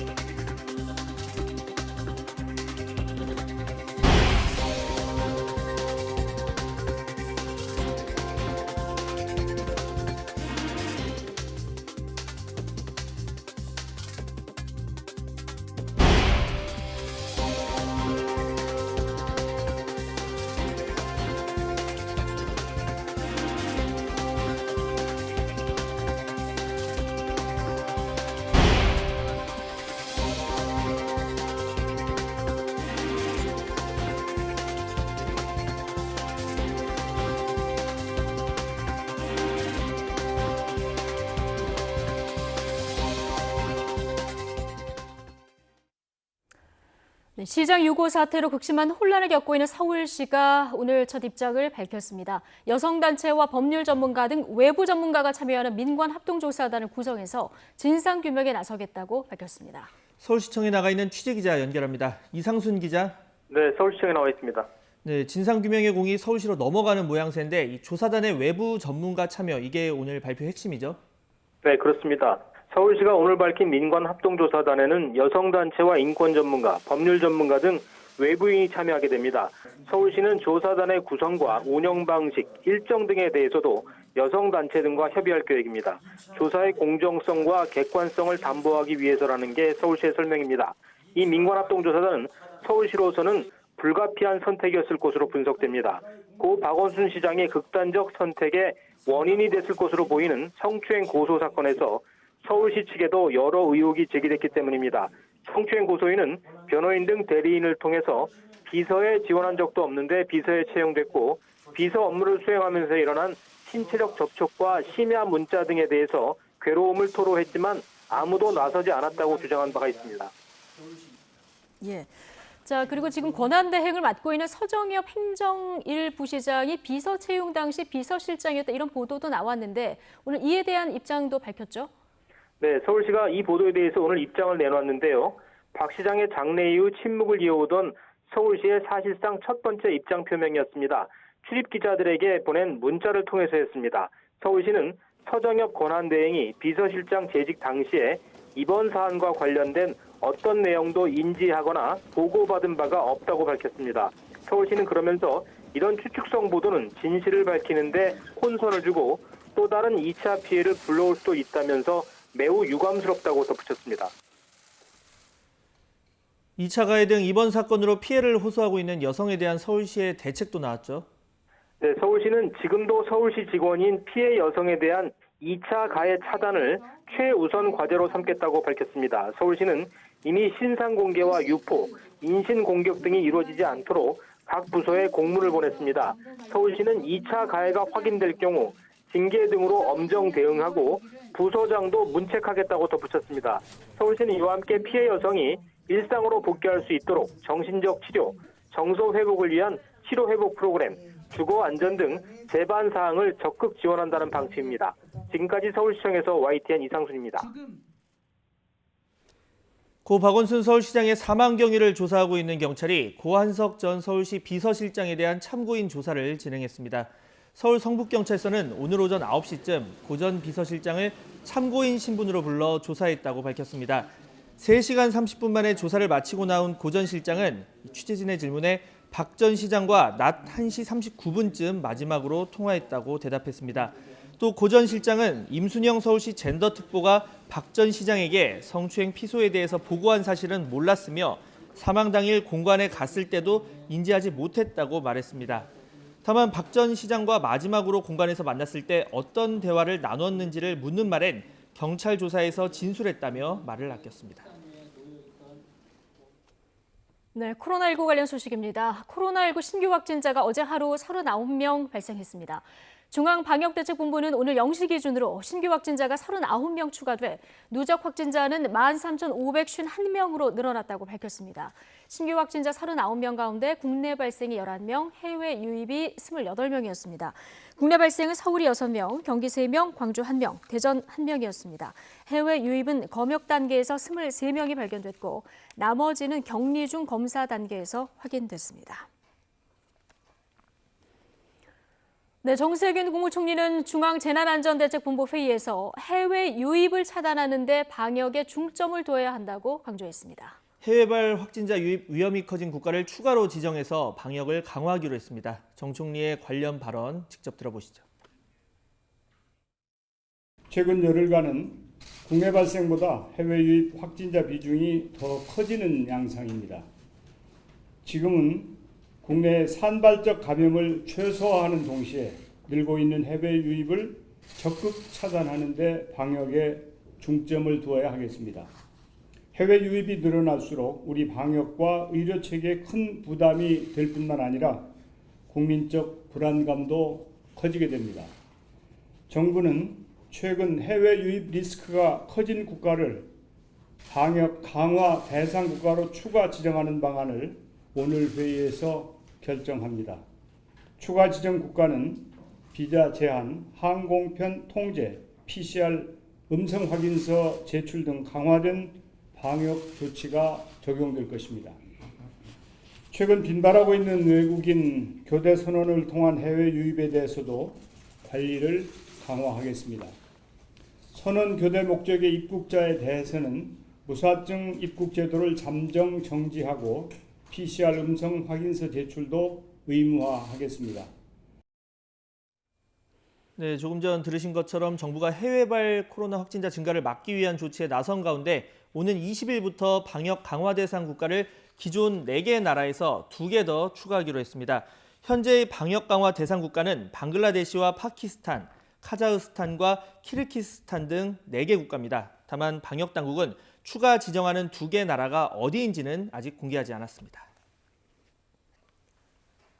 미국 제약사 모더나가 코로나19 백신 개발을 위한 1차 임상 시험 결과 실험 대상자 전원이 항체를 형성하는 데 성공했다고 밝혔습니다.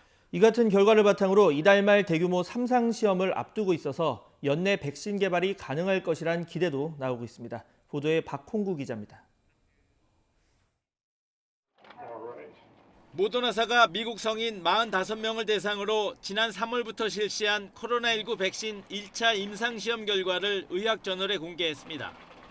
지난 5월에 내놓은 시험 결과를 전문가 검증을 거쳐 정식으로 발표한 것입니다. They're phase 1 studies, but it's a good first step. It looks as though the vaccine generated a vigorous immune response. 모더나는 임상 결과 참가자 45명 전원이 안전하게 항체를 형성한 것을 확인했다고 밝혔습니다. 백신 양에 따라 15명씩 3개 집단으로 나눠 28일 간격으로 2차례 백신을 접종했는데 약물을 많이 투여할수록 항체 반응이 높았으며 일부에서는 바이러스를 무력화하는 중화 항체를 형성한 것으로 나타났습니다. 다만 많은 양을 투여할 경우 절반 이상이 피로감이나 두통, 오한, 근육통 등의 부작용을 보였다고 모더나 측은 설명했습니다. 모더나사는 5월부터 이상 임상을 진행하고 있으며 오는 27일부터는 3만 명을 대상으로 마지막 3상 시험을 앞두고 있습니다. 미 보건당국은 이르면 올해 안에 코로나19 백신 개발을 기대하고 있습니다. So we're pretty cautiously optimistic that at the end of the year, beginning of this coming 2021, 코로나19 백신 개발에는 현재 세계적으로 100개 이상의 기업이 경쟁하고 있으며 모더나 외에 영국의 아스트라제네카와 중국의 시노백 등이 앞서 있는 것으로 평가받고 있습니다. 앤서니 파우치 미 알레르기 전염병 연구소장은 다른 백신 개발 업체들 역시 8월부터 10월 사이 3상 시험을 시작할 것으로 예상했습니다. 미국은 백신이 출시되면 올해 말까지 최대 1억 회 접종 분량을 생산하고 내년 말까지는 12억 회 분량을 생산하는 것을 목표로 하고 있습니다. YTN 박홍구입니다.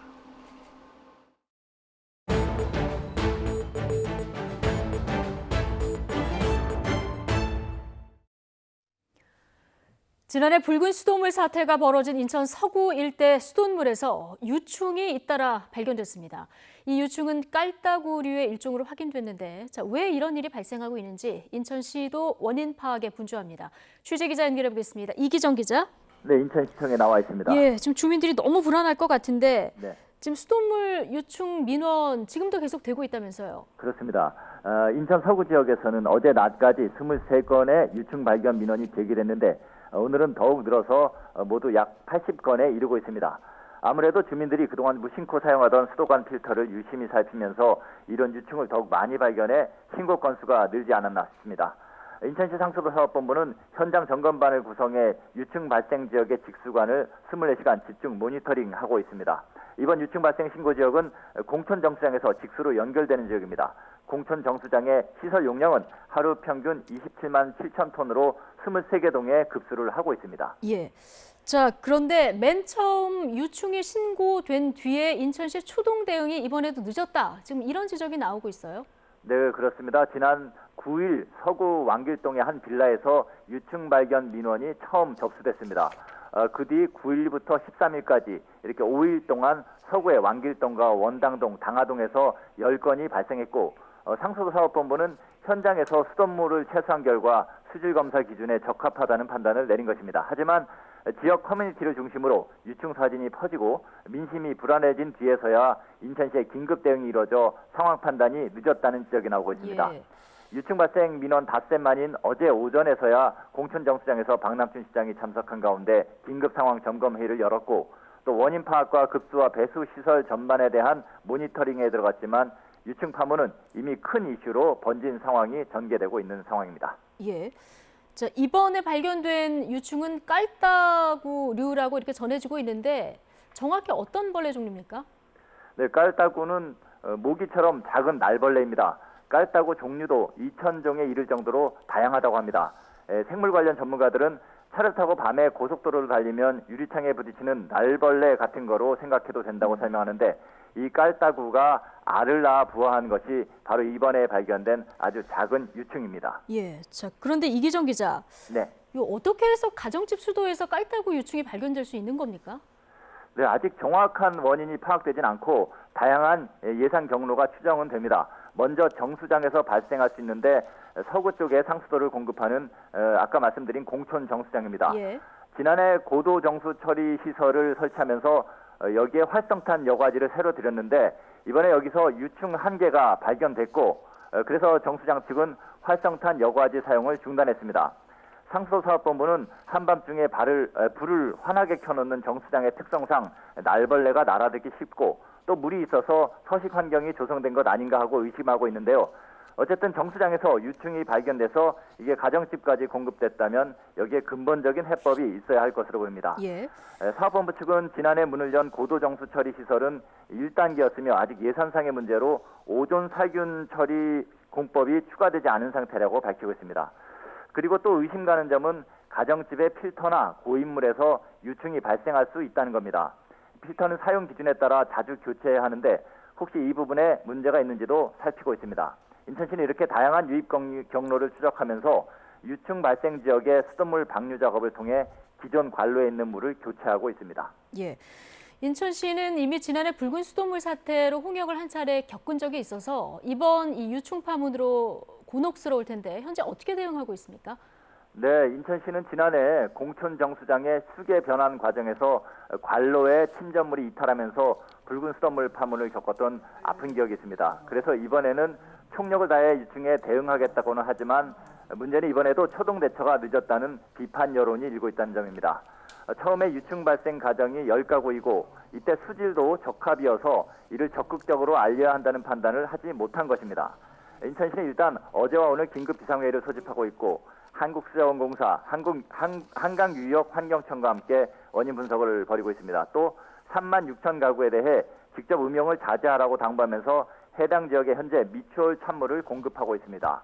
또 민원 발생 지역의 수돗물 모니터 결과를 오늘 오후쯤에 발표할 예정으로 있습니다. 예. 지금 인천 지역 39개 학교에서는 급식이 중단되고 있다고요? 네, 도성훈 인천광역시 교육감은 어제 긴급 비상대책회의를 열고 서구 5개 동 39개 유치원과 초중고등학교에 대해 급식을 중단하도록 했습니다. 어제는 긴급조치여서 학생들이 단축 수업을 통해 일찍 귀가를 했지만 오늘부터는 대체 급식이 이루어지고 있습니다. 인천시 교육청은 지난해 적수 사태 이후 학교 수돗물에 대한 불안 해소를 위해서 급식소에 대한 필터 설치 등을 조치한 바 있습니다만 학부모들의 불안감이 가중되지 않도록 긴밀하게 사태 파악을 해 대처하겠다는 방침입니다.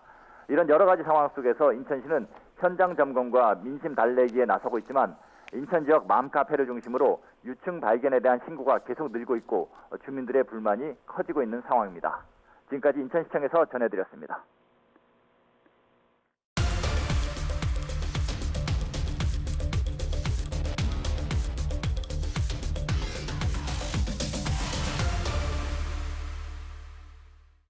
개교 이래 교육부의 첫 종합감사를 받은 연세대 학사나 회계 관련 비리가 무더기로 적발됐습니다. 하나하나 짚어보겠습니다. 네, 가장 먼저 이 부모 찬스 사례입니다. 회계 관련 강의를 하는 연세대 A 교수, 식품 영양학을 전공하고 있는 딸에게 자신의 수업 수강을 권유했습니다. 그리고 A+ 학점을 줬습니다.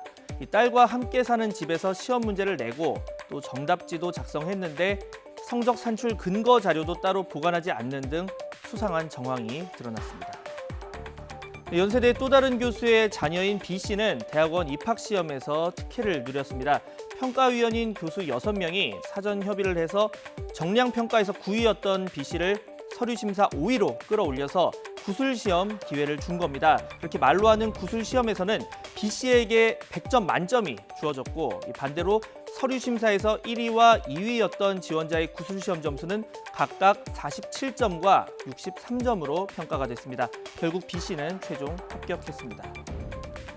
공정성을 높이기 위해서 4년 동안 의무적으로 보존하게 돼 있는 서류심사나 구술심사 평가서 같은 입시 관련 서류 1,080부는 아예 사라졌습니다. 이 보존되지 않은 자료 가운데는 조국 전 법무부 장관 아들의 대학원 입시 채점표도 포함됐습니다.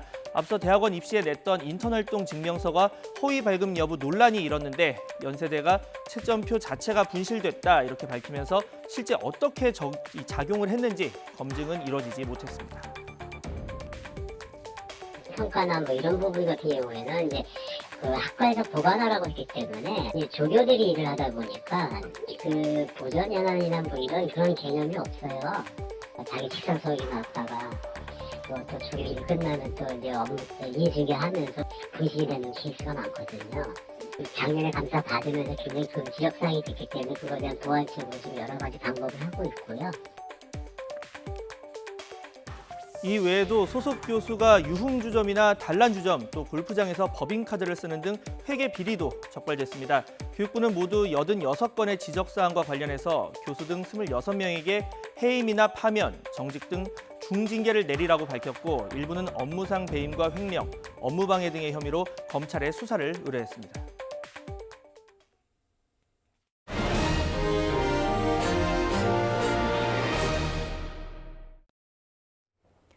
더불어민주당과 정부는 실수요자를 대상으로 한 주택 공급 확대 필요성에 공감하고 대책 마련에 속도를 내기로 했습니다.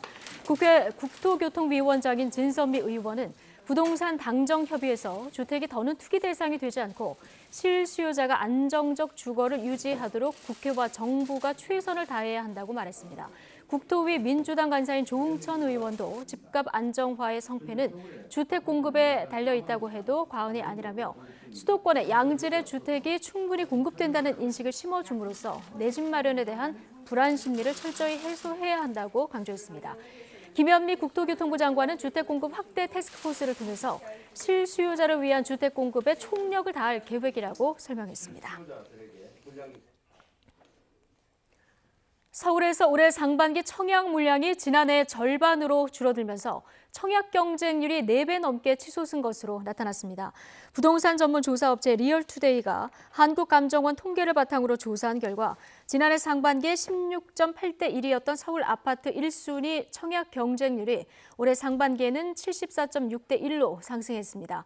정부의 부동산 대출 규제로 올해 상반기 분양가가 9억 원 이하인 단지 위주로 공급이 이루어진 데다가 분양가 규제도 강해지면서 서울의 분양시장을 뜨겁게 달군 것으로 분석됐습니다. 안마의자 제조 회사인 바디프렌드가 청소년용 제품의 키 성장 등의 효과가 있다고 거짓 광고를 했다가 검찰 수사를 받게 됐습니다. 공정위는 지난해 청소년용 안마의자를 출시하며 7개월여 동안 신문과 잡지, 자사 홈페이지를 통해 키 성장과 집중력, 기억력 향상 등의 효능이 있다고 거짓 과장 광고한 바디프렌드에 대해서 과징금 2,200만 원을 부과하고 법인을 검찰에 고발한다고 밝혔습니다. 바디프렌드는 키 성장 효능을 임상실험 등으로 증명한 적이 없고 기억력 등이 향상됐다는 브레인 마사지 기능의 실험은 일반인이 아닌 자사 직원을 대상으로 했던 것으로 조사됐습니다.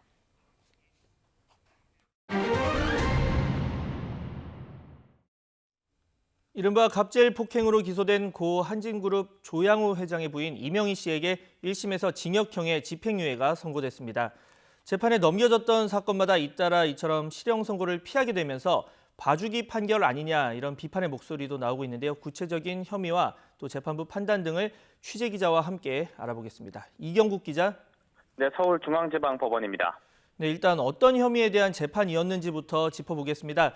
YTN을 포함해서 다양한 언론을 통해서 이명희 씨의 막말 그리고 고성이 공개가 됐는데 구체적으로 어떤 갑질이 문제가 된 겁니까? 네, 먼저 YTN이 재작년 단독 보도로 전해드렸던 영상을 보면서 설명을 드리겠습니다. 지난 2015년 서울 구기동에 있는 이 씨의 자택에서 찍힌 영상입니다. 방에서 나온 이 씨가 대뜸 수행기사에게 욕설을 내뱉고 왜 휴대전화를 2개 쓰느냐며 허벅지를 걷어차기도 하는데요. 당시 상황을 한번 직접 들어보겠습니다. 안국동 지압해서 내 오늘 지압 몇 시에 할 수 있는지 제대로 이 전화해서 제대로 말해. 개인 전화 부셔버려? 왜 개인 전화? 왜 일할 때 올라올 때 개인 전화 들고 와? 왜 개인 전화 놓고 이거는 일할 때. 네, 당시 저희가 입수한 20분가량의 영상에서 50차례 넘는 욕설이 이어졌고 이 직원들을 향한 고성도 끊이질 않았습니다. 다음 영상도 한번 살펴보겠습니다. 지난 2014년에 인천 하얏트 호텔 공사 현장에서 이 씨가 조경 업무 담당자의 팔을 잡아 끌어 밀치고 서류 더미를 내던지는 장면을 확인할 수가 있습니다. 이 씨는 2011년부터 2018년까지 이렇게 운전기사 등에게 22차례에 걸쳐 소리 지르며 욕하거나 때려 다치게 한 혐의 등으로 재판에 넘겨졌습니다. 좀 더 자세히 혐의를 살펴보면 약속에 늦었다는 이유로 운전 중인 기사의 얼굴에 침을 뱉기도 했고요. 일 처리가 마음에 안 든다며 직원 허벅지를 발로 걷어차거나 철제 전지가위와 화분을 던지고 피해자가 올라가 있는 사다리를 걷어차는 일도 있었습니다. 네, 이렇게 기사 얼굴에 침을 뱉고 또 가위를 던지고 걷어차고 충격적인 내용이 많은데 집행유예를 선고받았죠. 네, 그렇습니다. 서울중앙지방법원은 어제 오후에 이 씨의 선고 공판을 열었습니다. 법원에 도착한 이 씨는 이 취재진의 질문에 아무런 대답 없이 법정으로 들어갔는데요. 출석 당시 현장도 한번 보겠습니다. 폭행과 욕설당한 피해자들에게 하실 말씀은 없을까요? 네, 법원은 이 씨에게 징역 2년의 집행유예 3년을 선고하고 80시간의 사회 봉사를 명령했습니다. 재판부는 이 씨가 자신의 영향력 아래에 있는 피해자들에게 상습적으로 폭행과 폭언을 해서 죄질이 가볍지 않다고 설명했습니다. 특히 피해자들이 대기업 회장의 배우자인 이 씨의 부당한 폭력을 참을 수밖에 없었던 만큼 비난 가능성이 크고 또 피해자들의 정신적인 고통과 자결감도 상당할 것이라고 지적했습니다. 네, 지금 이 기자 얘기를 들어보면 죄질도 가볍지 않고 또 비난 가능성도 크다 이렇게 재판부가 이야기하고 있습니다. 그러면 왜 집행유예가 선고된 겁니까? 네, 말씀하신 것처럼 왜 집행유예가 선고됐는지 궁금한 분들 많으실 겁니다. 이 재판 과정을 한번 살펴볼 필요가 있는데요. 이명희 씨는 이번 사건 재판 과정에서 사실관계 대부분을 인정했습니다. 사실상 혐의 대부분을 인정했다는 겁니다. 다만 범행의 상습성과 던진 물건들이 위험한 물건인지 또 형법상 상해가 인정될 수 있는지 등 법리적인 부분을 다투었습니다. 재판부는 일단 이 씨에게 폭력 행위에 습벽이 있다고 인정했습니다. 그러니까 버릇처럼 폭력을 사용했던 겁니다. 이 씨가 던진 화분과 가위 등도 위험한 물건으로 판단했는데요. 다만 일부 상해 혐의에 대해서는 이 증거가 부족해 폭력 행위가 있었다는 점만 인정됐고 이에 따라 무죄가 선고됐는데 이 부분이 영향을 미친 것으로 보입니다. 또 재판부는 이 씨가 범행 대부분을 인정하고 이 피해자 모두와 합의한 점, 순간적 분노 표출일 뿐 이 폭력이 계획적으로 보이진 않은 점과 상해 정도가 심하지 않고 이 씨의 나이가 만 70세라는 점도 고려했다고 판시했습니다. 다만 집행유예 기간 다른 범죄를 저지르면 실형을 살 수 있다고 충고를 하고 반성과 성찰의 시간을 가질 필요가 있다며 판결을 끝맺었습니다. 네, 종합을 해보면 피해자와 합의를 했고 우발적 범행이다. 그리고 고령인 점 등을 고려했다는 이야기인데 다만 이명희 씨가 이번 사건을 포함해서 3가지 사안에 대한 재판이 있었고 셋 다 집행유예를 선고받았습니다. 그러다 보니까 봐주기 아니냐 이런 비판의 시선도 나오고 있거든요. 네, 그렇습니다. 앞서 이명희 씨는 지난해 외국인 가사 도우미를 불법 고용한 혐의로 징역 1년 6개월에 집행유예 3년을 선고받았습니다. 필리핀 여성들을 대한항공 연수생으로 가장해서 입국시킨 뒤에 가사 도우미로 쓴 혐의였습니다. 또 대한항공 여객기로 명품 옷과 도자기 등을 밀수해서 이 징역 6개월에 집행유예 1년을 선고받은 사건도 있습니다. 이 씨는 이번 사건에서도 말씀하신 것처럼 이 집행유예를 선고받으며 3번째 실형 위기를 모면했는데요. 이번 사건에 대해 검찰이 항소 여부를 검토하겠다는 방침인 만큼 아직은 확정된 판결이 아닙니다. 이에 따라서 이 씨가 다시 한번 법의 심판대에 서게 될지도 관심이 쏠리고 있습니다. 지금까지 서울중앙지방법원에서 전해드렸습니다.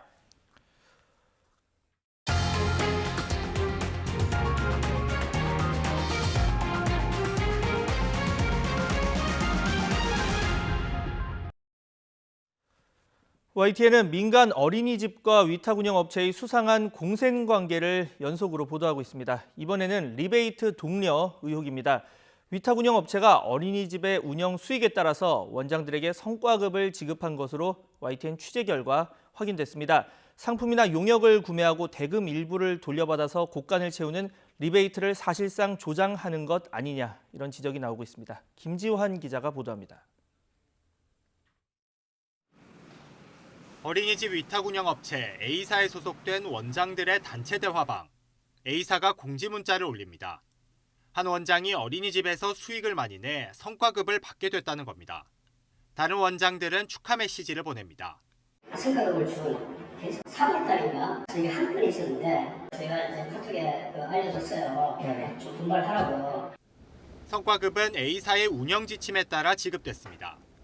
YTN이 입수한 지침을 보면 어린이집 투자 수익률이 6개월 동안 20%를 넘으면 초과분의 30%를 주기로 약정돼 있습니다. 예를 들어 A사가 어린이집에 2억 원을 투자한 뒤 6개월간 5천만 원의 수익을 내면 원장에겐 300만 원이 돌아갑니다. 돈을 벌려고 혈안이 되어 있는 사람들이기 때문에 원장들을 사기쳐서 임용한 후에 내가 너를 임용했으니까 나를 따라라. 그 모든 원장들이 그걸 따른 거죠. 성과급으로 리베이트를 부추기는 셈입니다. 어떻게 이 정도의 돈을 투자를 하고 이렇게 이익을 가져간다는 게 이상한 머리를 쓰신다고 이제 그렇게 약간 돌려서 얘기를 한 거지. A사는 합법적인 수익에 따른 정당한 성과급 배분이라고 주장합니다.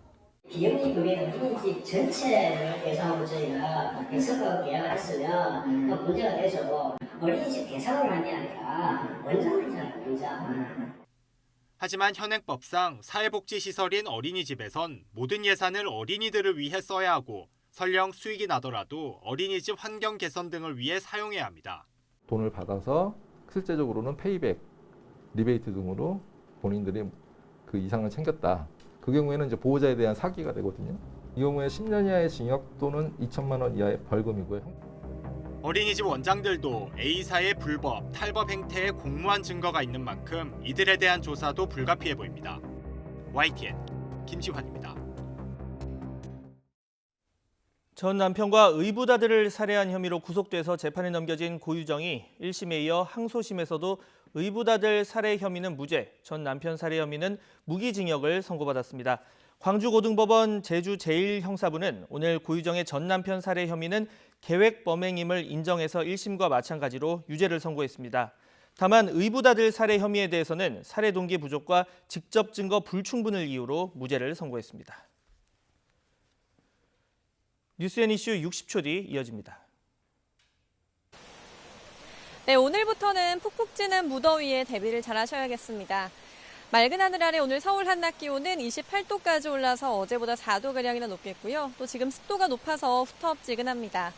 지금 서울을 비롯한 대부분 지역의 불쾌지수가 일반인이 더위로 불쾌감을 느끼기 시작한다는 70을 넘어선 상태입니다. 오늘 외출하실 때는 통풍에 잘 되는 시원한 옷차림 하시고요. 또 하루 일정도 여유롭게 세우시는 게 좋겠습니다. 현재 중부지방은 대체로 맑은 모습이지만 남부 일부 지방에는 약하게 비가 오고 있습니다. 오늘 전남과 영남 지방은 밤까지 5에서 30mm의 비가 조금 오겠습니다. 또 오후 늦게 영서남부와 충북 동부에는 5에서 20mm의 소나기가 살짝 지나겠습니다. 낮 동안 맑은 날씨가 이어지는 중부지방은 덥겠습니다. 서울 28도, 춘천 29도로 어제보다 4도에서 5도가량 높겠는데요. 다만 남부지방은 흐린 가운데 오늘 광주 24도, 대구 23도로 선선하겠습니다. 앞으로 무더위는 점점 심해집니다. 초복인 내일과 재헌절인 모레에는 서울 낮 기온이 30도, 주말에는 31도까지 오르며 무덥겠습니다. 장마전선은 주말 오후부터 차츰 북상하기 시작하겠는데요. 주말에는 제주와 전남 해안에 그리고 휴일부터 다음 주 후반까지는 전국에 장맛비가 길게 이어지겠습니다. 지금 강한 볕에 전국의 자외선 지수는 높음에서 매우 높음 수준까지 올랐습니다. 이 정도면 단시간에 피부에 붉은 반점이 생길 수 있는 수준이니까요. 챙이 넓은 모자나 양산으로 피부를 잘 보호해 주시기 바랍니다. 지금까지 홍제천 폭포마당에서 YTN 박현실입니다.